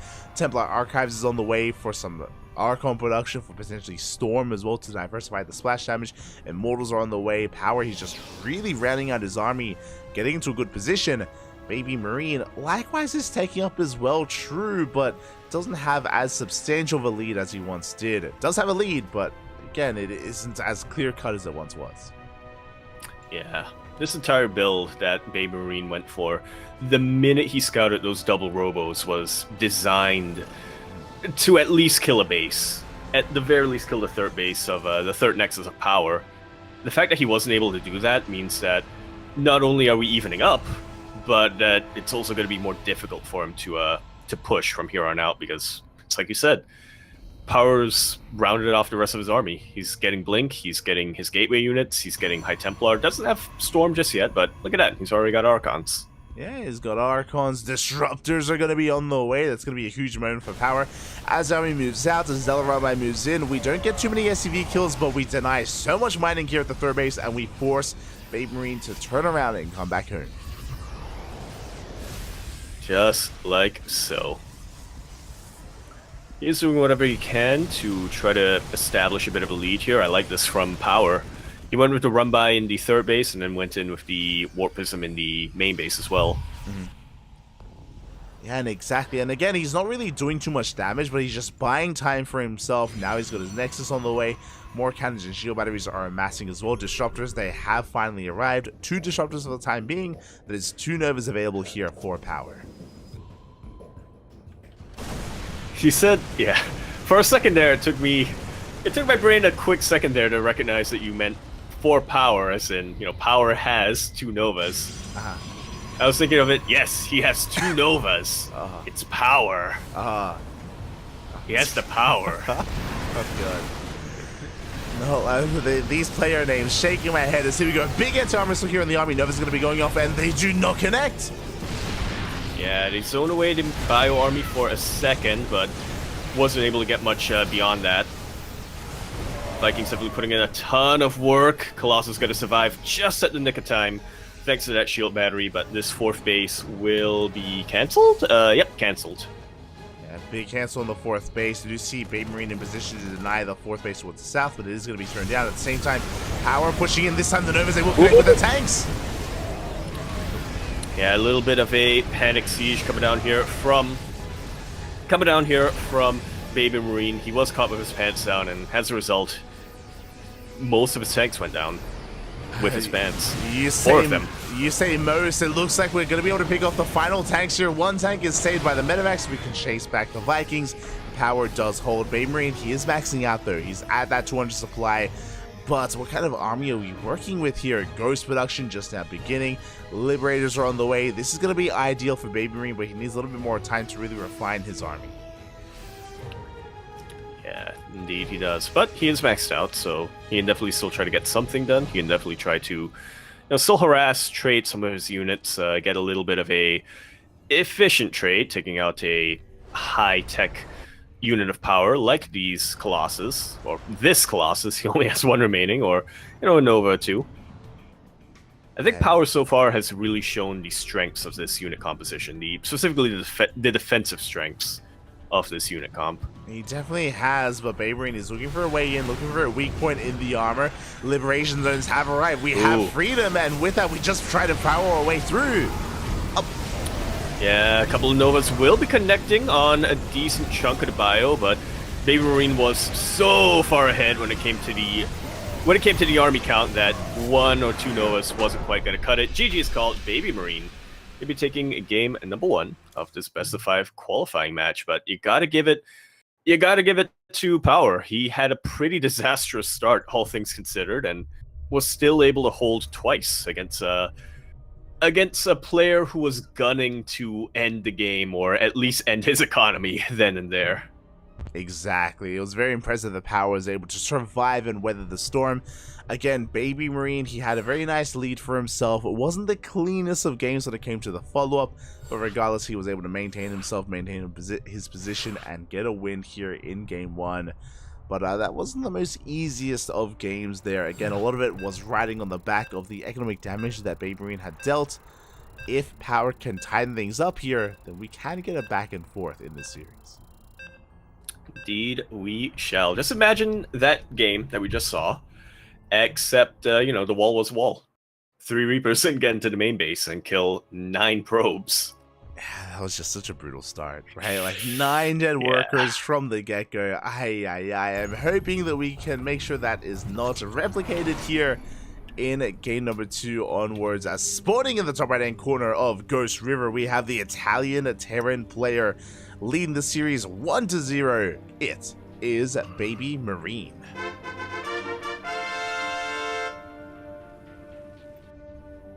And over here in the top left-hand corner map, spawning all the way in the top left, we have our blue Protoss player coming down from the land of Russia. He is of course going to be representing Hazard Esports. We have Power. You have the power. He has the PP hour. Yeah. Let's go.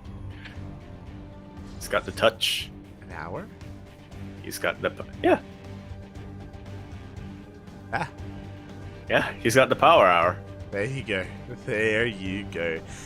I kind of like power as an ID, not gonna lie. Like, I don't know, it's not really a word that we use too often in the cast. Every now and then, sure, but it's not as bad as time, for example. Like time, that was a hard one. That was rough. Yeah. Yeah. Glad that Paynon has come to his senses and is now going by Oliveira. Yeah. Picked up some jiu-jitsu. Yeah. Picked up a world championship as well. True. Pick it up.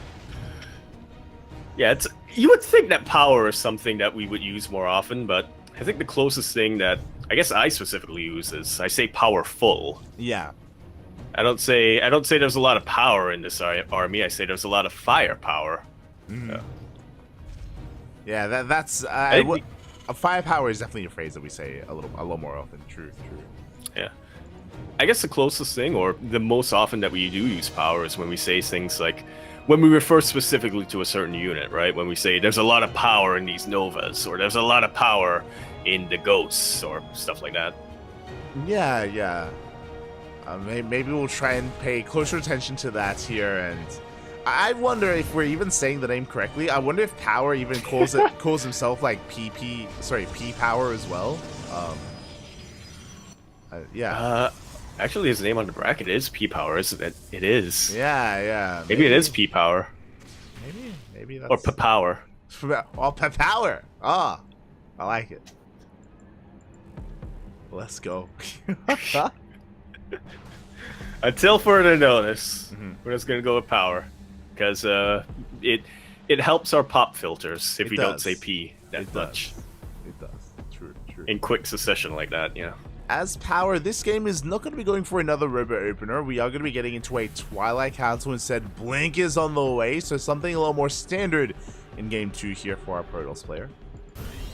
Yeah, something a lot more standard, something a lot more versatile than Double Robo. And when you're going for Double Robo, Colossus especially, you are sacrificing map presence solely to have a strong defensive backline.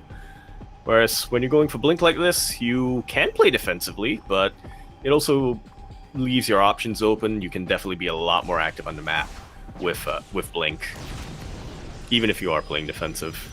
You definitely can. We'll keep an eye on how many gateways get thrown down. We have 1 gateway in the main base. We have 1 gateway on the way here at the natural, so 2 gate for the time being. It could just be 2 gate Blink.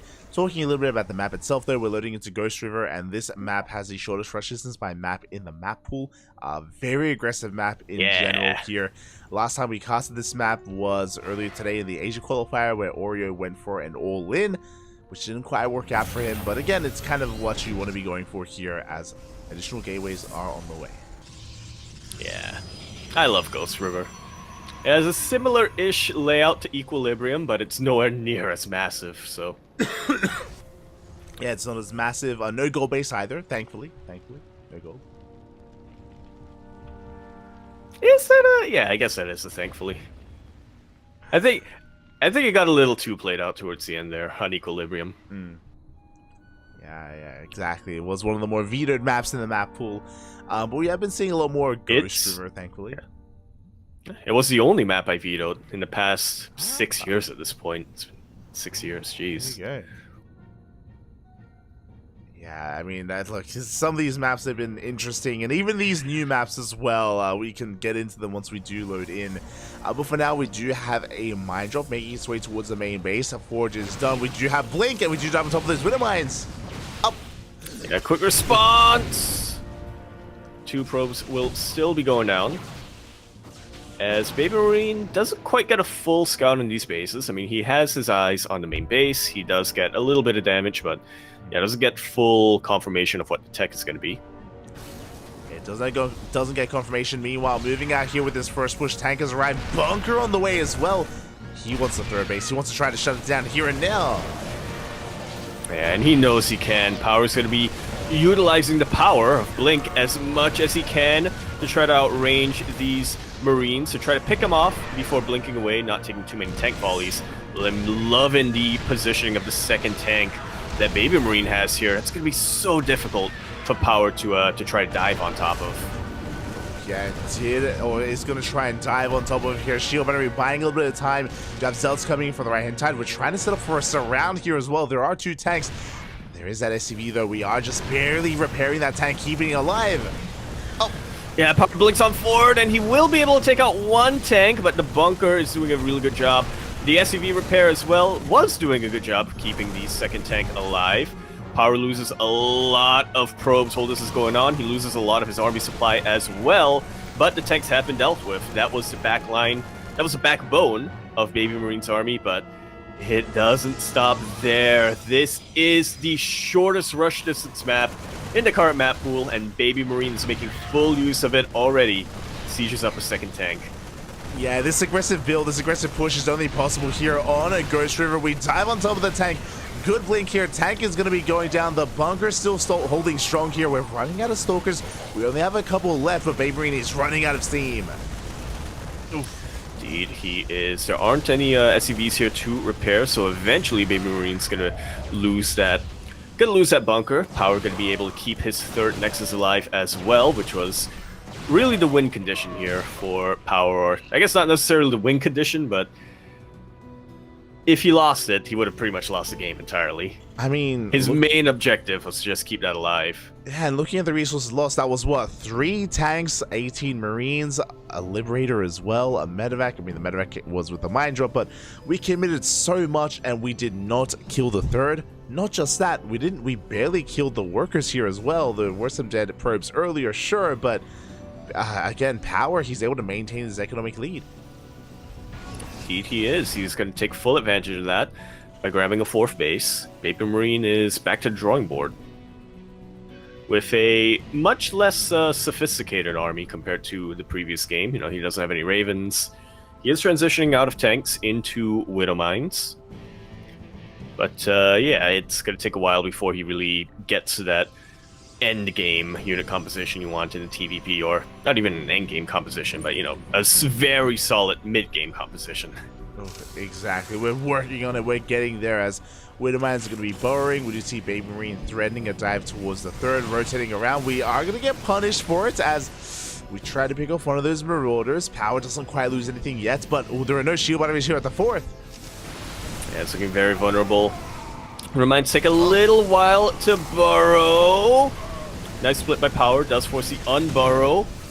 Nice split once again, but yeah, Power essentially out of Zealots at this point. Baby Marine still has reinforcements back home. He can make use of them. Yeah, they are on the way. We are reinforcing here, and again, it doesn't take too long at all to try to apply pressure, try to keep on breaking through. Meanwhile, Power is going to be getting into that Colossi. Decent force fields do catch some of those Marines. Yeah, splits the army in complete half. The reinforcements arrive, but they aren't actually able to. They aren't actually able to provide Baby Marine with an advantage. Yeah, exactly. And with that, we're going to be able to release Powers, trying to hold on to his third and his fourth as he's as he's here on the front lines. We're going for a junior drop here towards the natural base. Plenty of soldiers in position though. Yeah, one of these medevacs will go down. There are plenty of Marauders that can try to fight this, while Baby Marine tries to go for a bit of a multi-prong. Baby Marine gonna lift, evacuate, but that fourth base is gonna hold. We have 2 Colossus now. Yeah, we have 2 Colossi, one in either base here, and Power, he is barely holding on by the skin of his teeth, and with that, he has his 4 base setup. But he's still playing catch-up. He's still trying to build up that Colossus count. Meanwhile, across the map, Baby Marine building up his army. Ghost production underway. Viking production underway as well. Baby Marine, he wants to be in the face of Power and doesn't want to let him breathe. You gotta say this with Baby Marine. He might not have as strong of an economy as Power has. I say that, but he is actually mining a bit more when it comes to minerals, sexy mules. But yeah, he may be down a base. He may not have as strong of an economy, but he doesn't need to really have that powerful of an economy. He is making Marine, Marauder, Medevac mine, and that's not a particularly expensive unit composition either. Now he's getting a couple of ghosts, but again, he doesn't need that many ghosts. Yeah, exactly. The EMPs just need to be on point. Even with a handful of ghosts, they can just work wonders here in the army. Now we do see Baby Marine taking his own 4th base, expanding and working on his 5th CC as well thereafter. And Baby Marine, he is just running away with this with a better economy, with a larger army. Power does have those 3 Colossi, has potential with this army, but we need more than that. We need Disruptors, we need Storm, we need that complexity that this army is lacking. Yeah, I definitely agree. We need something that can turn that potential in this army into, results. We'll see what kind of results we can get. Meanwhile, Rocks are being knocked down. We spoke about the defender's advantage. Well, we didn't quite touch on it too much, but there are a lot of ramps. That's the power here, or that's the plus side of Ghost River. There we go. Defensive. I said it. It happened. You got the counter, yeah. The power of Ghost River, of your defensive position, is these ramps. A lot of choke points here are available, and it's quite difficult to actually force your way up here if you are in position. Yeah, that's why, from what little I've been able to watch on Ghost River, that's why we have seen a lot more drop play, a lot more run-bys, a lot more, moves that are attempts to try to disrupt the positioning of the defensive player. Yeah, and we'll see. Speaking of positioning, yeah, it looked like Baby Marine might have been able to get the high ground here, but Power wasn't too far away, was able to react. And was able to react in time. We do see Baby Marine, he gets eyes on the would-be 5th base. Big EMPs here on these Stalkers, does snipe the Prism as well, but the Colossi are going to be forcing this army back. With that War Prism, that means the Power cannot push out. He's going to be stuck at home, stuck trying to defend these fringe bases. Oh. That Marine died, but it prevented a massive warp-in. That was... wow. Yeah, not a bad pickoff there from Baby Marine. He does disrupt some of the reinforcements here of his opponent. Meanwhile, he's taking his center bases. We're cutting the map in half. We're going for a longer game. As I say that, the Bigs down the run by. Can we deny the Ghost Academy? Can we deny Cloak? I mean, he's got to, right? Right? We're all in the middle of the map. Baby Marine trying to go for a little bit of a concave. A couple of units do get taken out by the Purification Nova. Decent TMP right at the end there on the Stalkers, but the Force Fields are going to be able to keep Baby Marine at bay. The Ghost Academy goes down, and Engineering Bay goes down as well. I believe +3 armor got denied. Yeah, +3 armor got denied. +3 infantry weapons, however, will not get denied. Will not get denied. Mule? Mule? No. Oh, phew. Okay, We go for the repair in the end. The eBay is going to survive here. We're going to be able to finish up at least some of these upgrades. As Power, he has a remax. Looking quickly at the army here, we have 5 disruptors with this army. Nova's a bit premature. We have 5 disruptors with 2 Novas and now on cooldown. Yeah.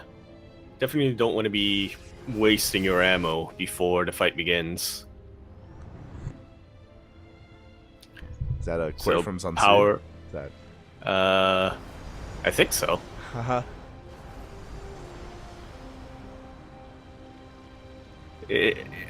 assuming the original quote was from Sun Tzu. I first heard it in a Counter-Strike lobby. Oh, there you go. There you go, as we do have a mass amount of liberation zones. The freedom is here, 9 liberators out for Baby Marine, and we're going to be able to bully that Protoss army back. That's why we have to give the edge here to the quality, to the composition of Baby Marine, as we are going to be committing. Ooh. These ramps, however, they are quite narrow. One Purification Nova is able to connect with a decent chunk of the bio, but not anywhere near enough. The ghosts are alive for one. And Baby Marine, he still has a very strong economy. He still has a very that doesn't work. Powerful economy. And so you can pretty easily replace them. Yeah, and again, as long as they're able to siege up in time, and there we go, liberation zones, they will be able to set up, forcing back the army. Vikings doing him as well. We get a disruptor. And not too many disruptors left here in the army of Power. Only one of them has a Nova ready right now. Yeah, and you can see Baby Marine just slowly leapfrogging forward here with his liberation and bullying back the army. How do we deal with this? Well, a massive amount of stalkers. We could see a Skytoss transition, but Power doesn't really have the economy to sustain that right now. He's still stuck with a ground army instead, and is relying on mass stalker. I'm surprised at how little of a gas bank Power has right now. But I guess it just goes to show how expensive Colossus and Stalkers are. How gas intensive they are. Exactly, as he's still just trying to get into more gas income, trying to sustain himself. Army is just sharking around. We do pick up a couple of Marauders. Not a bad catch here out of Power. This time getting these Liberators on siege. Huge EMPs right in the middle of this choke point. Baby Marine fighting with a really strong concave. Very good split against the Purification Novas. Gonna be able to snipe a massive chunk of those Disruptors. Only 2 of them are left. Yeah, only 2 Disruptors do remain. At the same time, Liberation Harass is going to get 3 probe kills here towards the south. More Liberators going to be on the way. Power trying to look for a fight here, but he doesn't have a lot of Disruptors, not anymore, to work with. And it's just... This is why he doesn't have any gas. Power is on quadruple robo production. That's why he's not transitioning to Skytoss. The mass river production is underway. The army is going to be clashing here again. We're just heavily relying here on these disruptors. Nova's going to be going up, but we are able to pull back. Liberation is here, and once again, we force Power to back off. But now, meanwhile, Power sending a little bit of a run by here into the Planetary Fortress, but there are enough SCVs to repair. And the Zealots will get dealt with. Yeah, they are going to be going down. Meanwhile, at the same time, big connection here with the EMP. Nova's going to be going off. We do graze the army. But Baby Marine, he wants to keep on pushing. Another Marauder goes down. So far, decent connections with these Disruptors. Yeah, decent. Making sure that Baby Marine pretty much loses as many barracks units as Power loses Stalkers. But all in all, I feel like all of these trades are going to go in favor of, or at the very least, are going to hurt Power a lot more than they hurt Baby Marine. Yeah, exactly. As we do see Power just sharking around, gets a Liberator, gets a Ghost as well. Pretty good pickoffs here so far from Power. Meanwhile, Baby Marine just consulting his army, bringing everything together as well. Another base on the way here. Power, he has been easily expanding behind this. Yeah, I kind of thought all the bases were taken in this game, but not quite yet. Power will have that little fresh base advantage as the game continues. Baby Marine has a massive bank right now. Oh, and he's making use of it. There aren't a lot of Novas. There aren't a lot of Novas. They do get sent forward, and a couple of them connect, but nowhere near enough, if you ask me. Baby Marine, there's nothing holding him back anymore. He can just stim on forward, take out these Disruptors, go toe-to-toe against these Stalkers as well. Yeah, that's a lot of disruptors going to be going down here. A big overextension from Power. It does have on top of the Liberator. A lot of these Liberation zones that have been dealt with these reinforcing Zealots. Power is going to keep on pushing. Does he have enough to break one of the bases of Baby Marine? He's going for it. He is. This is an orbital command. There is a bunker, but with only 2 Marines inside of it. Power now going to look to hurt the economy of Baby Marine as much as he can. I mean, not exactly a fresh base that he's taking out, but still, any damage he can get at this point is good damage. Yeah, exactly. He's looking for another base. He does take down the third. At the same time, Army going to be stimming on forward, but Baby Marine, he is a little bit overstimmed. Yeah, these Medivacs have such little energy. Ooh, that's a huge Nova. That's a good Nova as well. And over time, these start to stack up.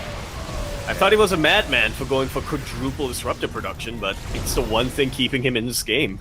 Yeah, it's kind of working, not gonna lie, and we need more Liberation Zones to deal with this. We need more Liberators. Woo! Another disruptor going to be going down. Nova's going to be going off. They do not connect, not this time. And Power running out of steam a little bit here. He needs a moment himself, or to try to catch up, to try to build back up as well. That he really does. A little unfortunate with the pathing there. Did expose some of his army, and Baby Marine was able to take advantage of that. You can see that Baby Marine has no problems remaxing, whereas Power still struggling a little bit. Liberator is being taken out by the Stalkers. Good splits coming out from Baby Marine. A couple of ghosts here and there will go down, but it looks like ooh. Purification Novas will not get the super juicy connections that they really need right now. Not quite. Meanwhile, across the map, Nuke here in the center base. Nova's going to be zoning away the army. No reaction. Power he doesn't see. No. And he's going to lose pretty much the entirety of his economy. I'm pretty sure that was the one mining base remaining here for Protoss. That's 27 probes going to be going down. Big nuke here from Baby Marine. Can he survive? Can he hold on? As Power, he's pretty committed. He's pretty all in.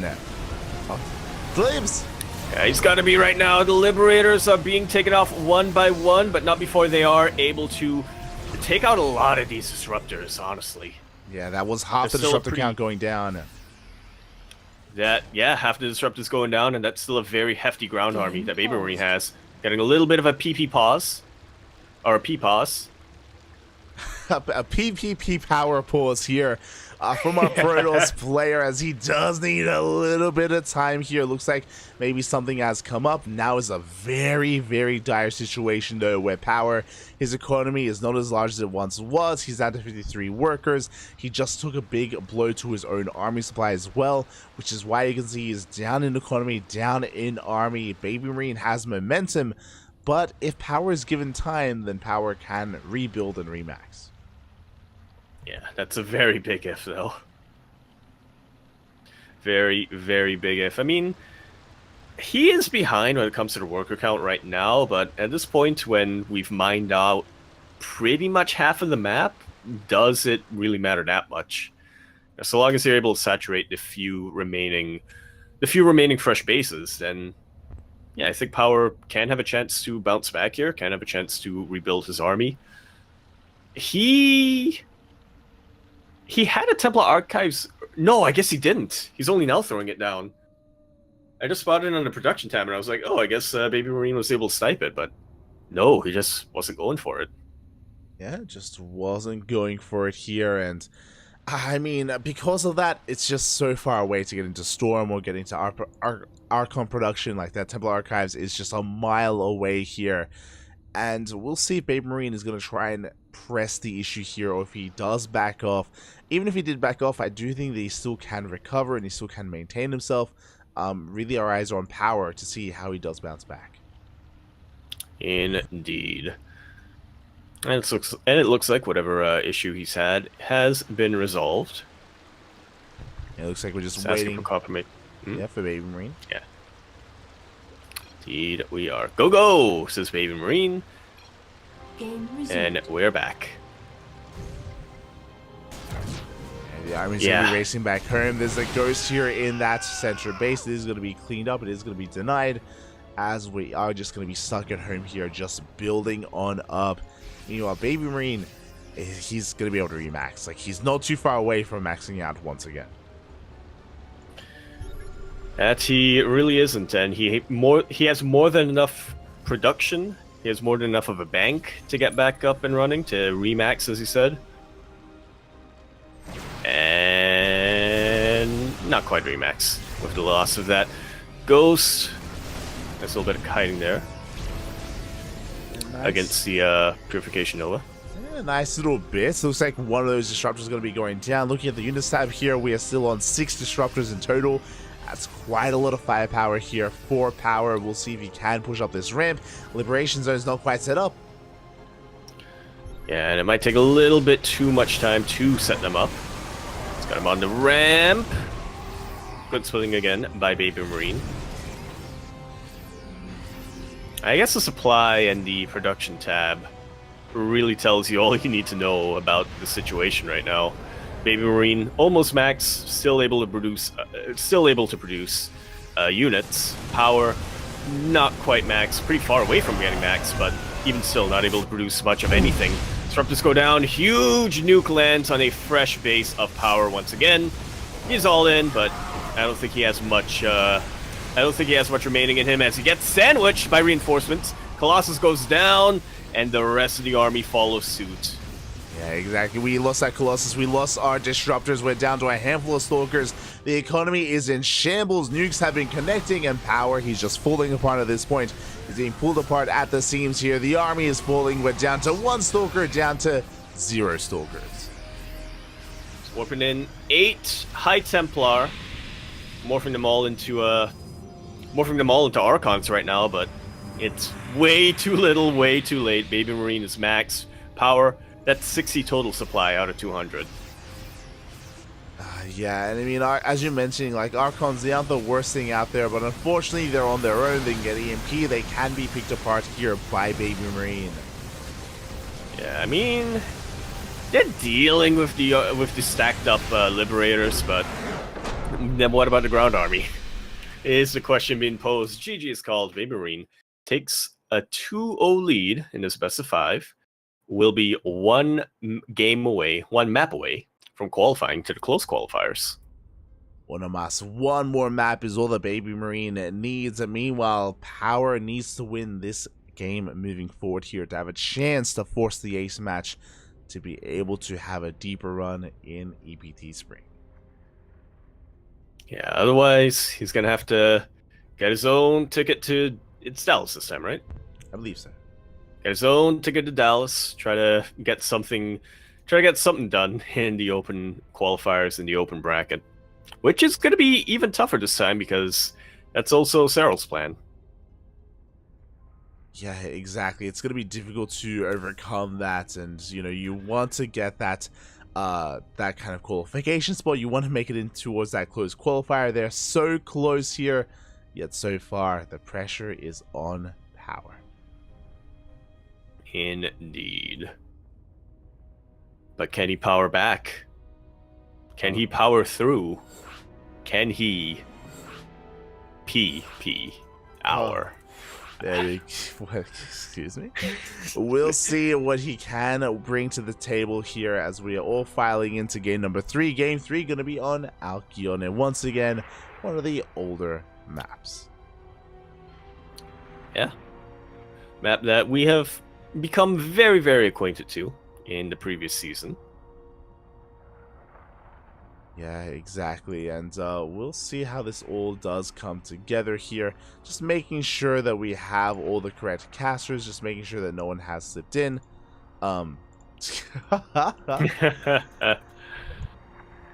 As we do have sometimes a couple of people just trying to slip into a game and just trying to watch things themselves. Unfortunately, ESL do not allow for that, so again, if you want to bear witness to some of these matches, tune into some of the streams. I have some of the streams. Eventually, I believe the replays also get released by ESL. And it's not always bad intentioned when random people jump into the lobby, but due to experiences in the past, ESL cannot afford to be complacent about that, to take any chances. Yeah, exactly. It's all about making sure that the integrity here of the game, of the series, is kept intact as we're getting to potentially the final game of this qualifying match. Potentially, but hopefully not. Here we are on El Guione, over here in the bottom left-hand corner of the map, spawning all the way in the bottom left. We, of course, have our red Terran player coming out from the land of Italia. He's currently a free agent, as well as the little brother of Rainer. We have one map away from qualifying to the closed qualifiers, the CQs. It's got to be another way. There's got to be a synonym that we can use. Locking in his spot for the closed qualifiers is that's what I'm going to go with. We have Baby Marine.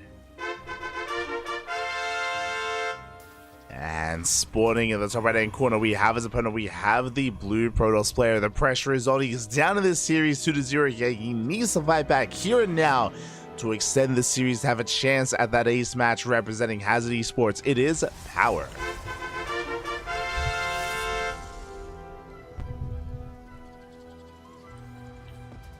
Already kind of defying a lot of expectations, getting to this qualifying match.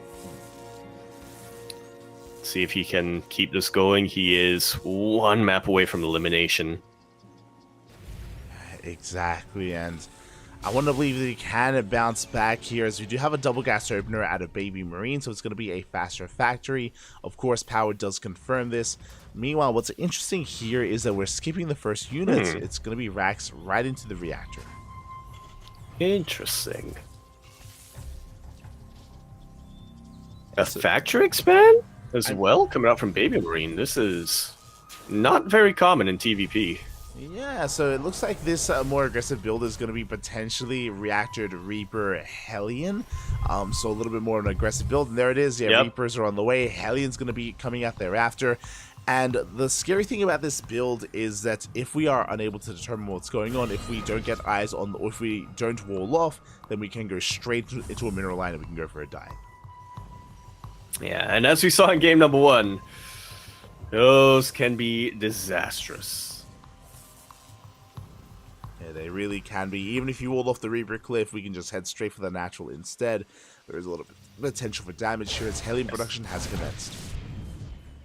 Helium production has commenced. Baby Marine is not stopping. He's got his foot on the Reaper pedal, and he is not letting up whatsoever. He is rallying them across the map as Power is going to look to respond to this by opening up with a Stargate. So very different from the last 2 games we've seen from him. Yeah, so Stargate openers can defend against this as the Reapers are headed towards the main base. This time a full wall off here at the Reaper Cliff, so the Reapers are going to eventually be forced out. But as you did mention, this is going to be Stargate into Oracle production. With that, the Oracle ideally is going to be moving out across the map, or it should be moving out across the map, which means we have that much less to defend back at home. Yeah, that would be ideal here for Baby Marine, as he himself actually only going for a single Hellion this time. Wait, single Hellion? No, double Hellion. It's quadruple Reapers that threw me off, but yeah, he will be getting a Cyclone back home to defend. Shield battery comes up right at the end here, but not before 2 probes and an Adept go down. Yeah, but that could have been so much worse. The Oracle has a right. It's going to be chasing down these Reapers. 1 Reaper goes down, and Power, he has defended again. He could have lost so much more. This could have been so much worse. Alas, instead, we have a back and forth. We have a game. Yeah. A game, but see how long of a game it's going to be. Cyclone does pop out, does damage the Oracle quite a lot. It's a bit of significant hull damage, and of course using up its energy to pulsar down those Reapers does mean that it can't go across the map to really harass anything. Power now switching fully into Phoenixes, which is going to be a lot more solid when it comes to the defense. Oh yeah, definitely. With the Phoenix production, we can of course CC some of these units. We can shut them down, as well as chase down some of these medevac drops as well. We can see here that being the case as we do get on top of the Cyclone. Yeah, there are enough Stalkers. The Reaper killed the pylon. Oh my god, the Reaper does kill the pylon. We get into the middle line. Probes are going down. Yeah, Power just a little bit too distracted in that main army engagement. Baby Marine able to take out that pylon, cause a massive supply block, shut down 1 gateway, which I guess isn't the most impactful thing at this point, but even so, still able to go into that mineral line, still able to no, actually I misread that. I was gonna say still able to go into the mineral line, kill 6 probes, because that's just a logical thing that would happen, right? But it's actually Baby Marine that's been losing workers. Yeah, he has been losing some of those SCVs, but here we go. The drop does threaten the main base. Is going to be pulling back. Third base has been taken here by Power. Baby Marine consolidating his army. I don't think he has enough to really break the third, but he's still rallying across the map. He desperately wants to try to do something here at this third base and force a cancel. Yeah, I mean, he's delaying his own third base by a lot. He is working on a pretty aggressive build. As I say that, he throws down his third CC immediately. Liberator will get dealt with. Thanks to those Phoenixes. Yeah, and we do see the main army being bullied all the way back here to Baby Marine's half of the map.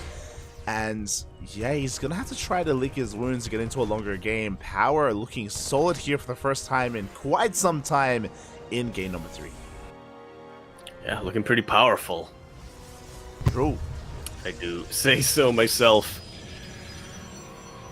As he that's the other context we say to warp power with pylons, as he repowers his production. There you go. It's shocking how few times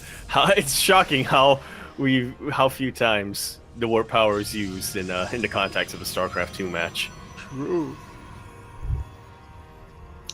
But regardless, yeah, Baby Marine's still going to be going back home, going to be licking his wounds and getting ready for Plan B, or for round 2, or for the second push is what we're trying to get at. Yeah. And again, I'm a little bit concerned here for Baby Marine just because he's been investing so much into this aggression and it just hasn't fully paid off yet. Because of that, he's going to be falling a little bit behind. He's still trying to keep up. Third base is soon going to be taken, and from here we can stabilize. Again, we're loading into, or we are playing on Alcyone, one of the larger maps in the map pool. I think actually now the largest map in the map pool now that Radisson Station and Equilibrium are gone. So yeah, this can actually settle into a longer game even if Baby Marine is unable to break the third. I never thought we'd see the day in which Alcyone is considered a large map. But yeah, here we are. It is potentially the largest map in the current map pool. Yeah, we're gonna have to measure some of the other maps, but a lot of them are smaller actually instead. Meanwhile, as we settle into this, as we have a little bit of downtime, a big shout to Rodin18 in the chat. Thank you so much for subscribing. Drop is coming in towards the natural base to go for the mine drop, and it looks like we will not be able to borrow. Both of them do get picked up. Very important for Power here to have had this this observer following this army for so long. Was able to follow, was able to get eyes on that, and as a result, Baby Marine is going to be forced back, and once again, any kind of aggression is deflected. Like so, he is going to try to stabilize now. He's landed his third orbital, and he's getting his upgrades. Stim finished up a while ago, as did combat shields and +1 weapons, but it's still going to take a lot more than that to try to break Power right now, who has 3 Colossus, Thermal Ants, and a whole bunch of Zealots. Oh yeah, that's a lot of Zealots available here for Power, almost as many Zealots as there are Marines, and this move out is going to hit like a truck. Baby Marine, he needs a miracle here to hold on. I mean, he has a lot of Widow Mines, the positioning is looking pretty good, bunkers are on the way, he does have the high ground, but we need a good EMP. We need some solid ghost control here out of Baby Marine, as he is still producing them, still has them on the way. Yeah, not here just yet. But when they spawn, they will have enough energy for at least 1 EMP. I'm really digging this positioning here on the Widow Mines. Unfortunately for Baby Marine, there is an observer out on the map, so there we go, it gets dealt with. The observer does get sniped. We do dive in from the right hand side and towards the left as well. Good EMP here on some of these Archons. Mine shot's going to be going over the Colossi. They're wreaking havoc here on the army, and it looks like Power is breaking through. That he is. SCVs are being pulled, but it is not going to be enough. They just melt to the combination of Archons and Colossus. A lot of the gateway units have been dealt with, but the backbone of this Protoss army is still strong. GG is called. Power, P-Power, will be taking his first game here against Baby Marine. giving us a bit of a longer series. GG, well played. Power, he takes his first step here in this series, and he is beginning his comeback. Again, we did see a much more standard opener here out of Power. Baby Marine was trying to be aggressive, was trying to be assertive, but he was shut down before he could really get too much damage, too much value done, and yeah, just really well played there. Really solid defense from Power.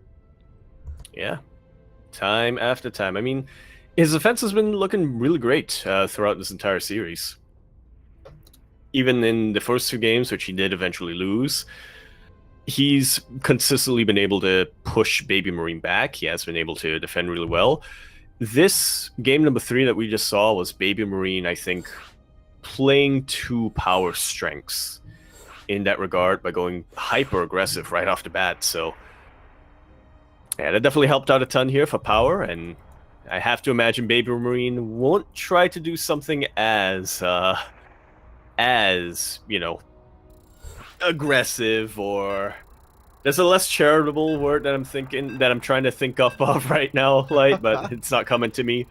You know, not as ape-like, I guess. Yeah, not as assertive, you know, not as or just, you know, calming things down a little bit here, respecting his opponents. I agree, the aggressive build here from Baby Marine didn't really work out and did not pay for itself in that last game. I'm hoping that we can just calm things down here and go back to basics as we're getting to game number 4. And the going back to basics, in a pretty basic map, all things considered, or at least as basic as it gets in the current map pool, is Site Delta. We're here in the bottom right-hand corner of the map, spawning all the way. In the bottom right, we have our red Terran player coming down from the land of Italia. He is, of course, a free agent for the moment, 1 map away. Un momento, por favor. For qualifying, locking in his spot for tomorrow's close qualifiers, we have Baby Marine.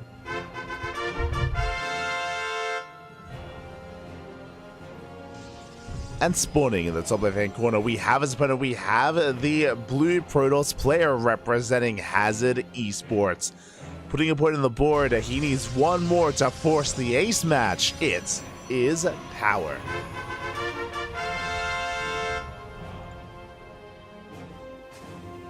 We saw something a bit different from Baby Marine in each game. Things very different in each game here from Power. I'm very curious to see what he decides to go for in game number 4. Now, the standard play earlier on with the Stargate and with the Phoenixes worked out really well for him.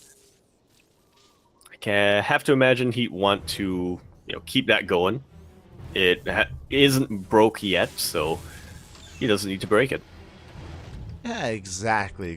So we'll see what kind of opener we do invest in here, whether it is going to be the Stargate again, as you did mention, or a Twilight Council variation.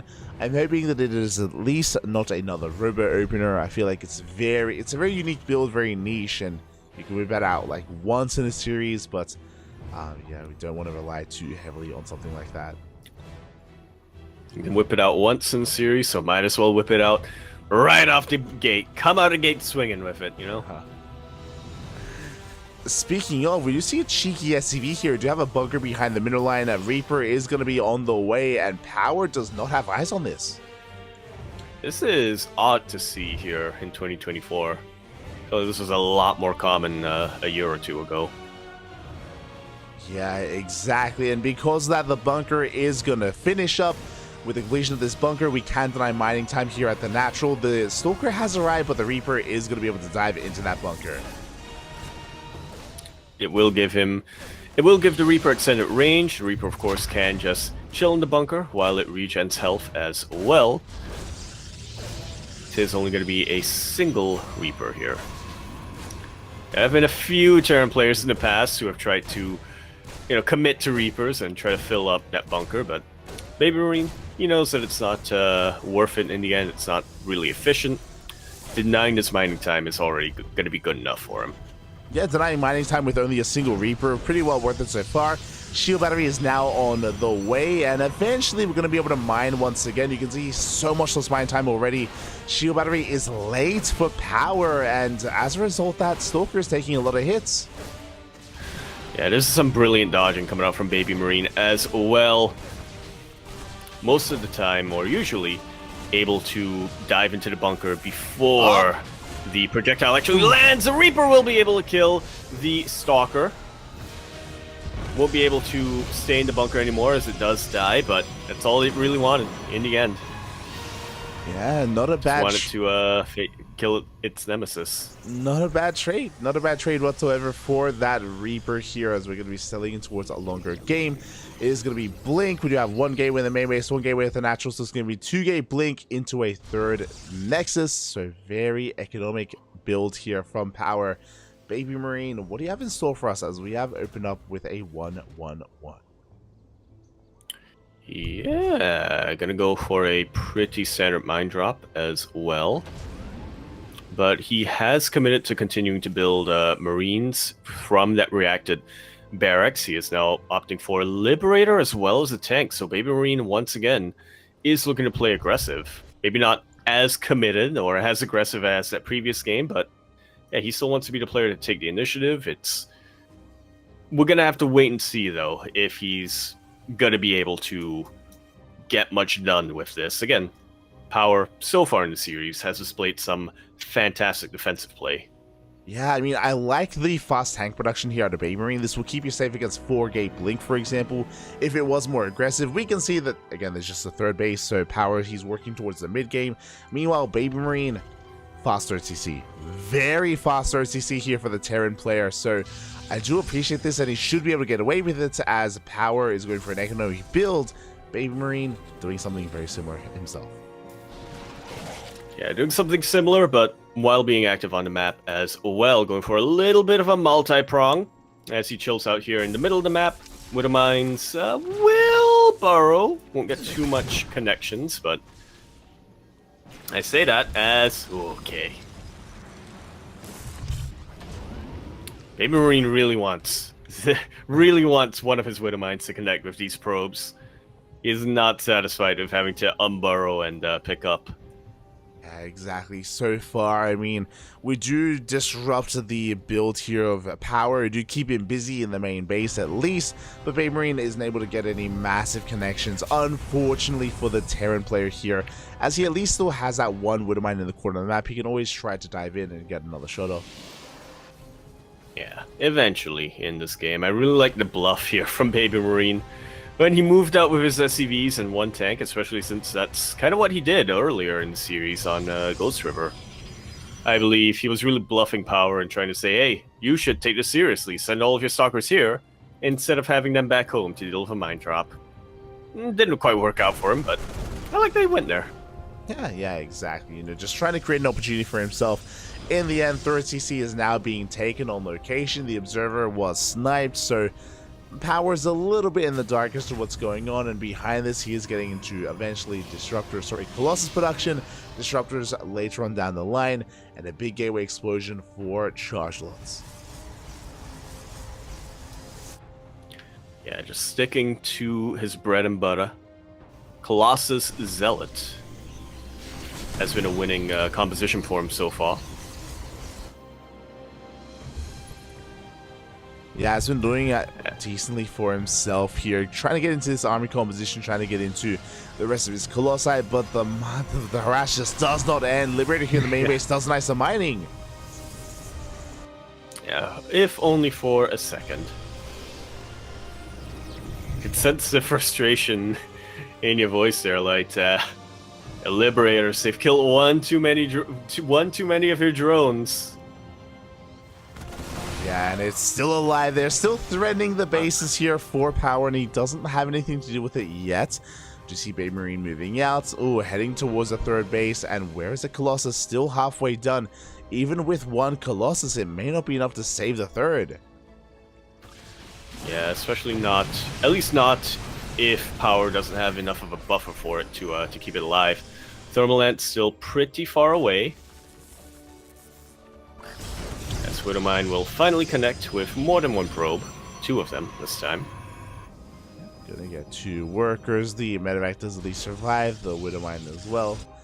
And we do see Baby Marine sharking around here, trying to find a way in to threaten that 3rd base.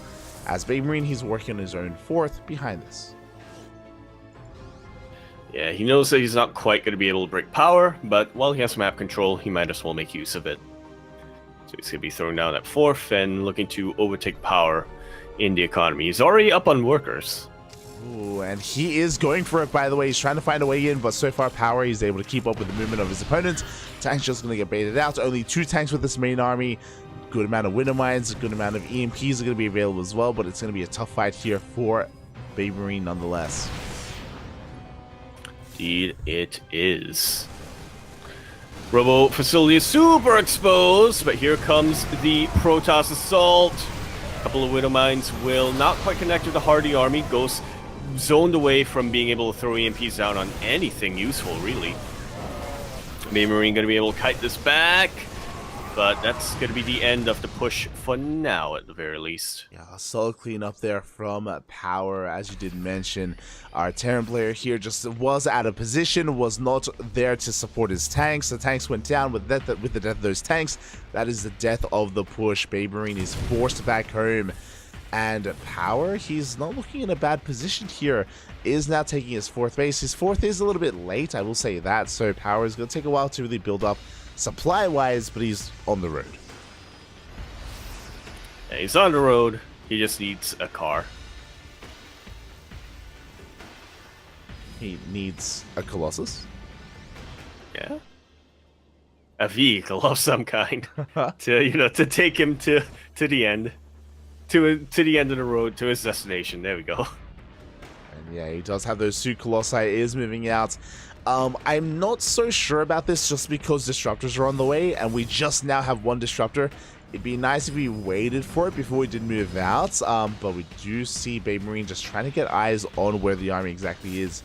Does end up coming across this new fresh base.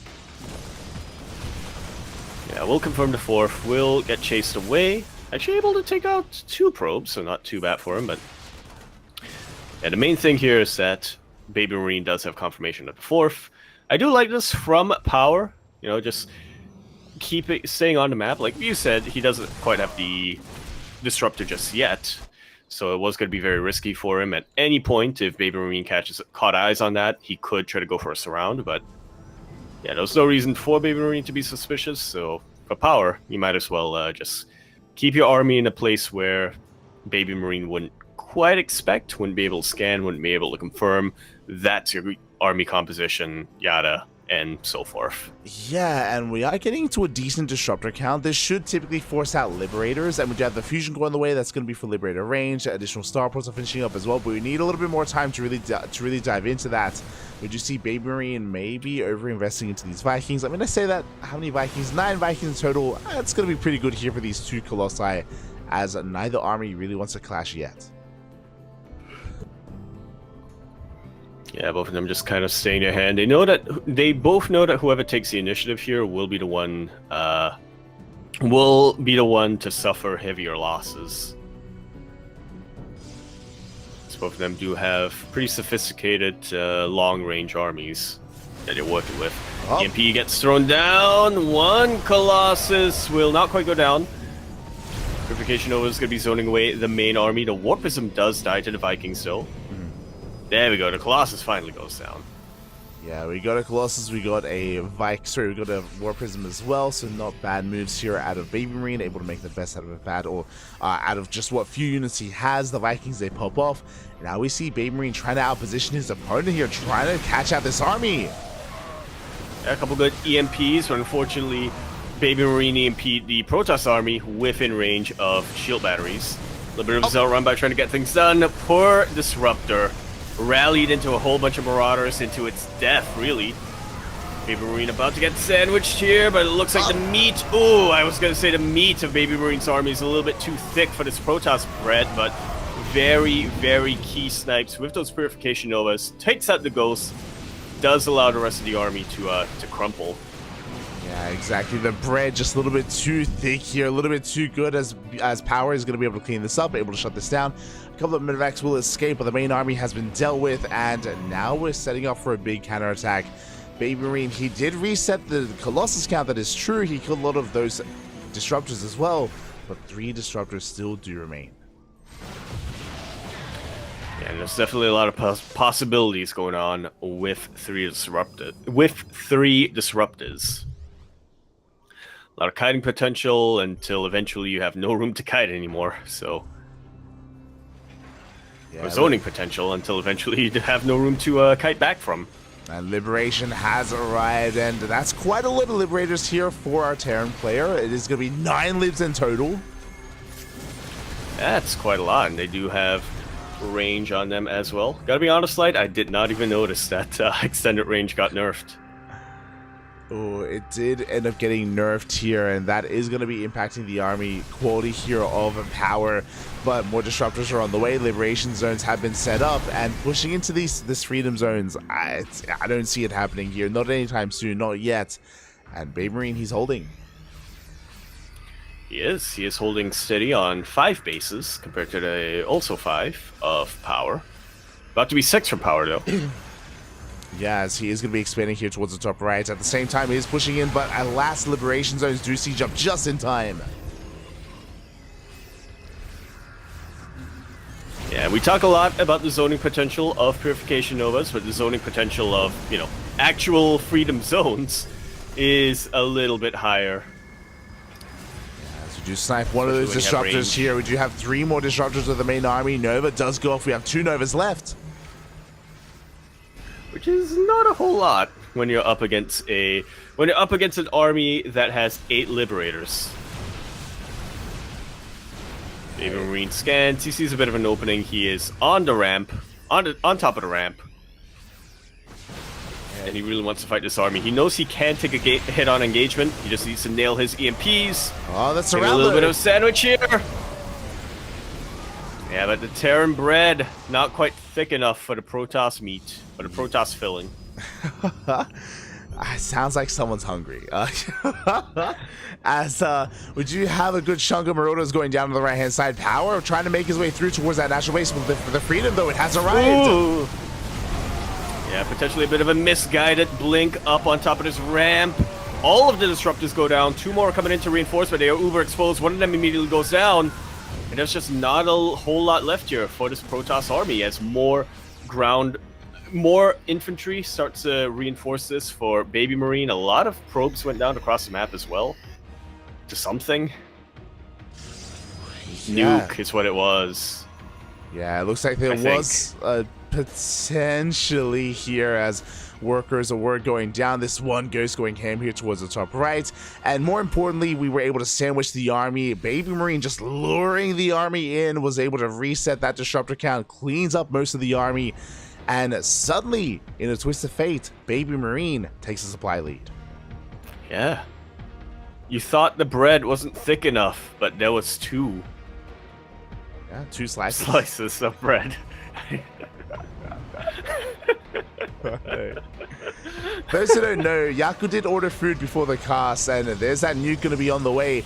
Did you end up eating yet, or is it here? I did not. I think it arrived like an hour or 2 ago. Oh, okay. But I haven't brought it in. My neighbors might have stolen it. Oh no. We'll get an update soon, TM, as here we go. Liberation zones have been thrown down. Nova's going to be going off. Barely grazing the army as we are on the hunt. We are getting back into Colossus production. Just quickly checking our army composition. The Viking count was reset, but there's still no good answer for these libs. Yeah, there really isn't.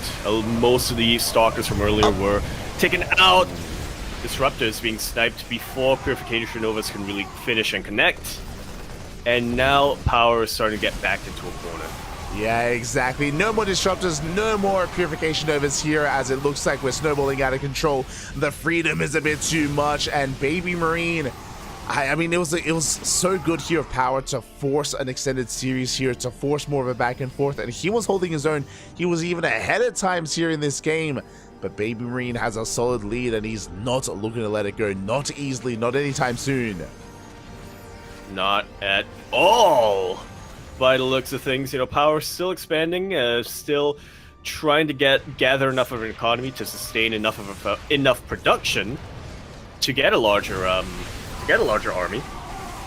But his back is against the wall. Baby Marine is breathing down his neck. He's gonna get nuked again. We're gonna keep most of his probes alive this time. Yeah, it does react, does pull back. At the same time, Baby Marine, he catches a Colossus as well. And Power, he's out of position. He's coming in from behind. Meanwhile, Baby Marine, we are going to be able to siege up and take control of this third. Huge EMPs landing on just about the entirety of the Stalker army. Stalkers fall and has nothing to deal with the Liberators. Liberators stay alive, hence the Marauders stay alive. Colossus get stimmed on, get taken out. Yeah, they do go down. Reinforcements have arrived as well. You thought you had enough freedom. We have so much more in the back line. GG gets called, and Baby Marine will qualify for the EPT Spring European Closed Qualifier.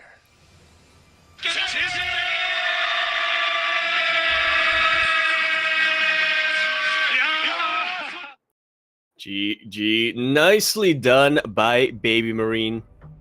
Just so solid throughout the entire evening. He had the instincts, he had the killer instinct, I should say. He knew how to find opportunities, how to make opportunities, and when it came down to it, how to hold on to his... Well, I guess holding on to an opportunity doesn't make a lot of sense. Holding on to his advantages is what I will say. This was, just overall very nicely done here from Baby Marine.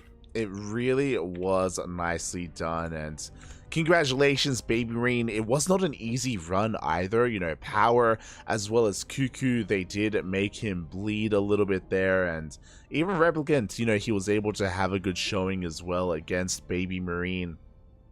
But in the end, Baby Marine, he was able to snowball out of control, did take the win here in the end, and we'll be joining some of our other players as qualified players into the closed qualifier.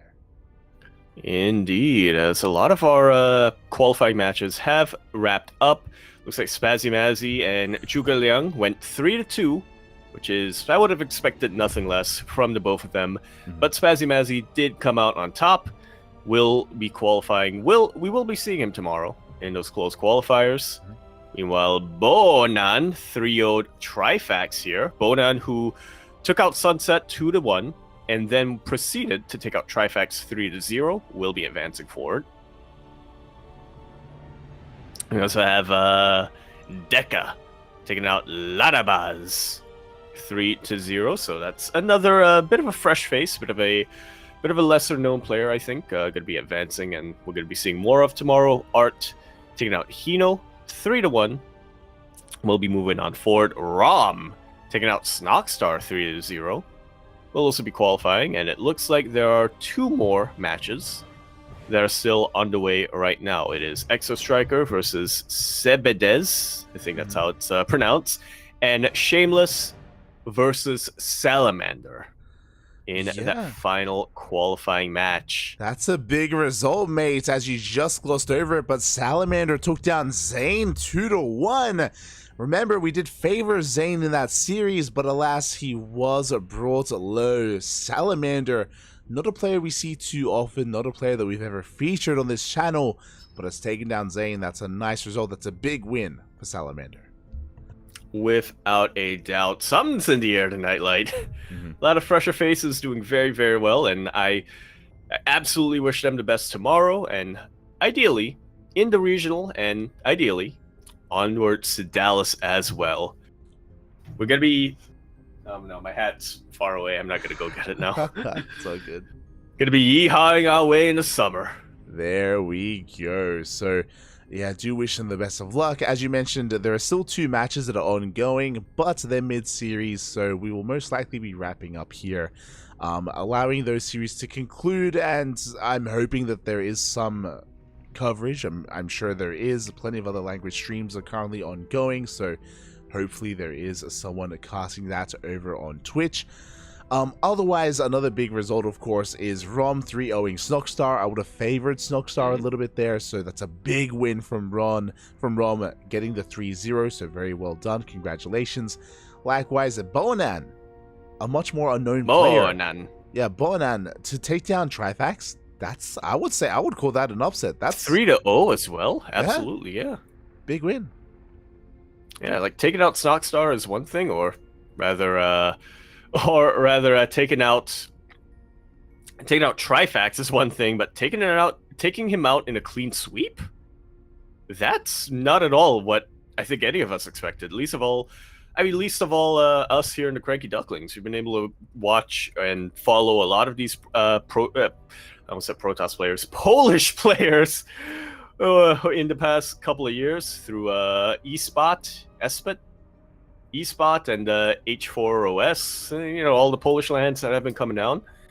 Yeah, we really had a lot of expectations coming down from them. So, yeah, to see other players come in and have such a solid showing against them, I mean, it excites me quite a bit. It also looks like we have another series just wrapping up here. Shameless has taken out Salamander 3-0. So he is going to be our 15th qualified player. The only match remaining is now Exo Striker versus Sebedez. Oh, exactly.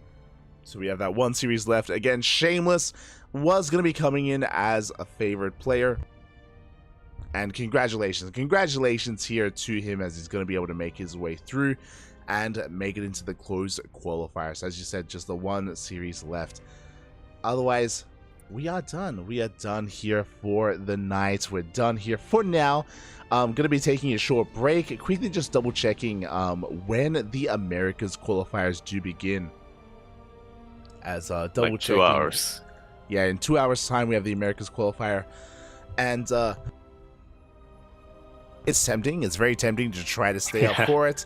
I was unable to yesterday, so we'll see. We'll see. I'm gonna try and take a power nap here. If I wake up in time, I'll be going over the Americas qualifier. Otherwise, tomorrow I'll try and make that trek happen. We shall see. Definitely. Otherwise, thank you so much, Yaku, for joining me today. I do appreciate it so much. Gracias, papi, gracias. I know we don't get to cast too often anymore. I know you've been quite busy as of late, and has been, other things have been going on in your life as well. But yeah, thank you so much for joining me today. Do appreciate it. Yeah, it was great to be here. I wasn't gonna sleep anyway, so. Yes. I don't want to keep you much longer here, so you can get your food and hunt it down and make sure your neighbors didn't steal it. Otherwise, thank you so much everyone else for watching as well. As a reminder, we might be live in 2 hours for ESL Americas, for the Americas qualifier. Otherwise, we'll be back tomorrow for the closed qualifiers of all these regionals. Again, I'm still recovering. I was coughing like the entire time, and I'm still a little bit unwell, still a little bit sick, but I will try to get better as quickly as I can. I'll do my best. In 2 hours. Yeah. And solve a cold. Exactly. It's all the time you need, yeah. Otherwise, if you want to follow us on Twitter, Facebook, Instagram, YouTube, and Discord. We are live almost typically on a daily basis. Again, I've been a little bit under the weather as of late, so our streams have been a little bit inconsistent, but we do our best. And again, once I'm up and running, once I'm at 100%, gonna be back to those daily casts every single day, multiple times a day as well. It's coming eventually. We gotta maintain that always live record. Exactly. We have a reputation. We have to maintain it.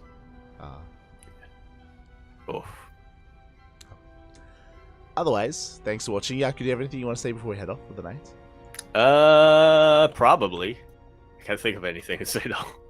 It's all good. Yeehaw! Get that bread, get that sandwich, douse. Fill it with the meat. It's gonna be good. It's gonna be good. Thanks for watching, everyone. We'll see you guys next time. Bye. Bye.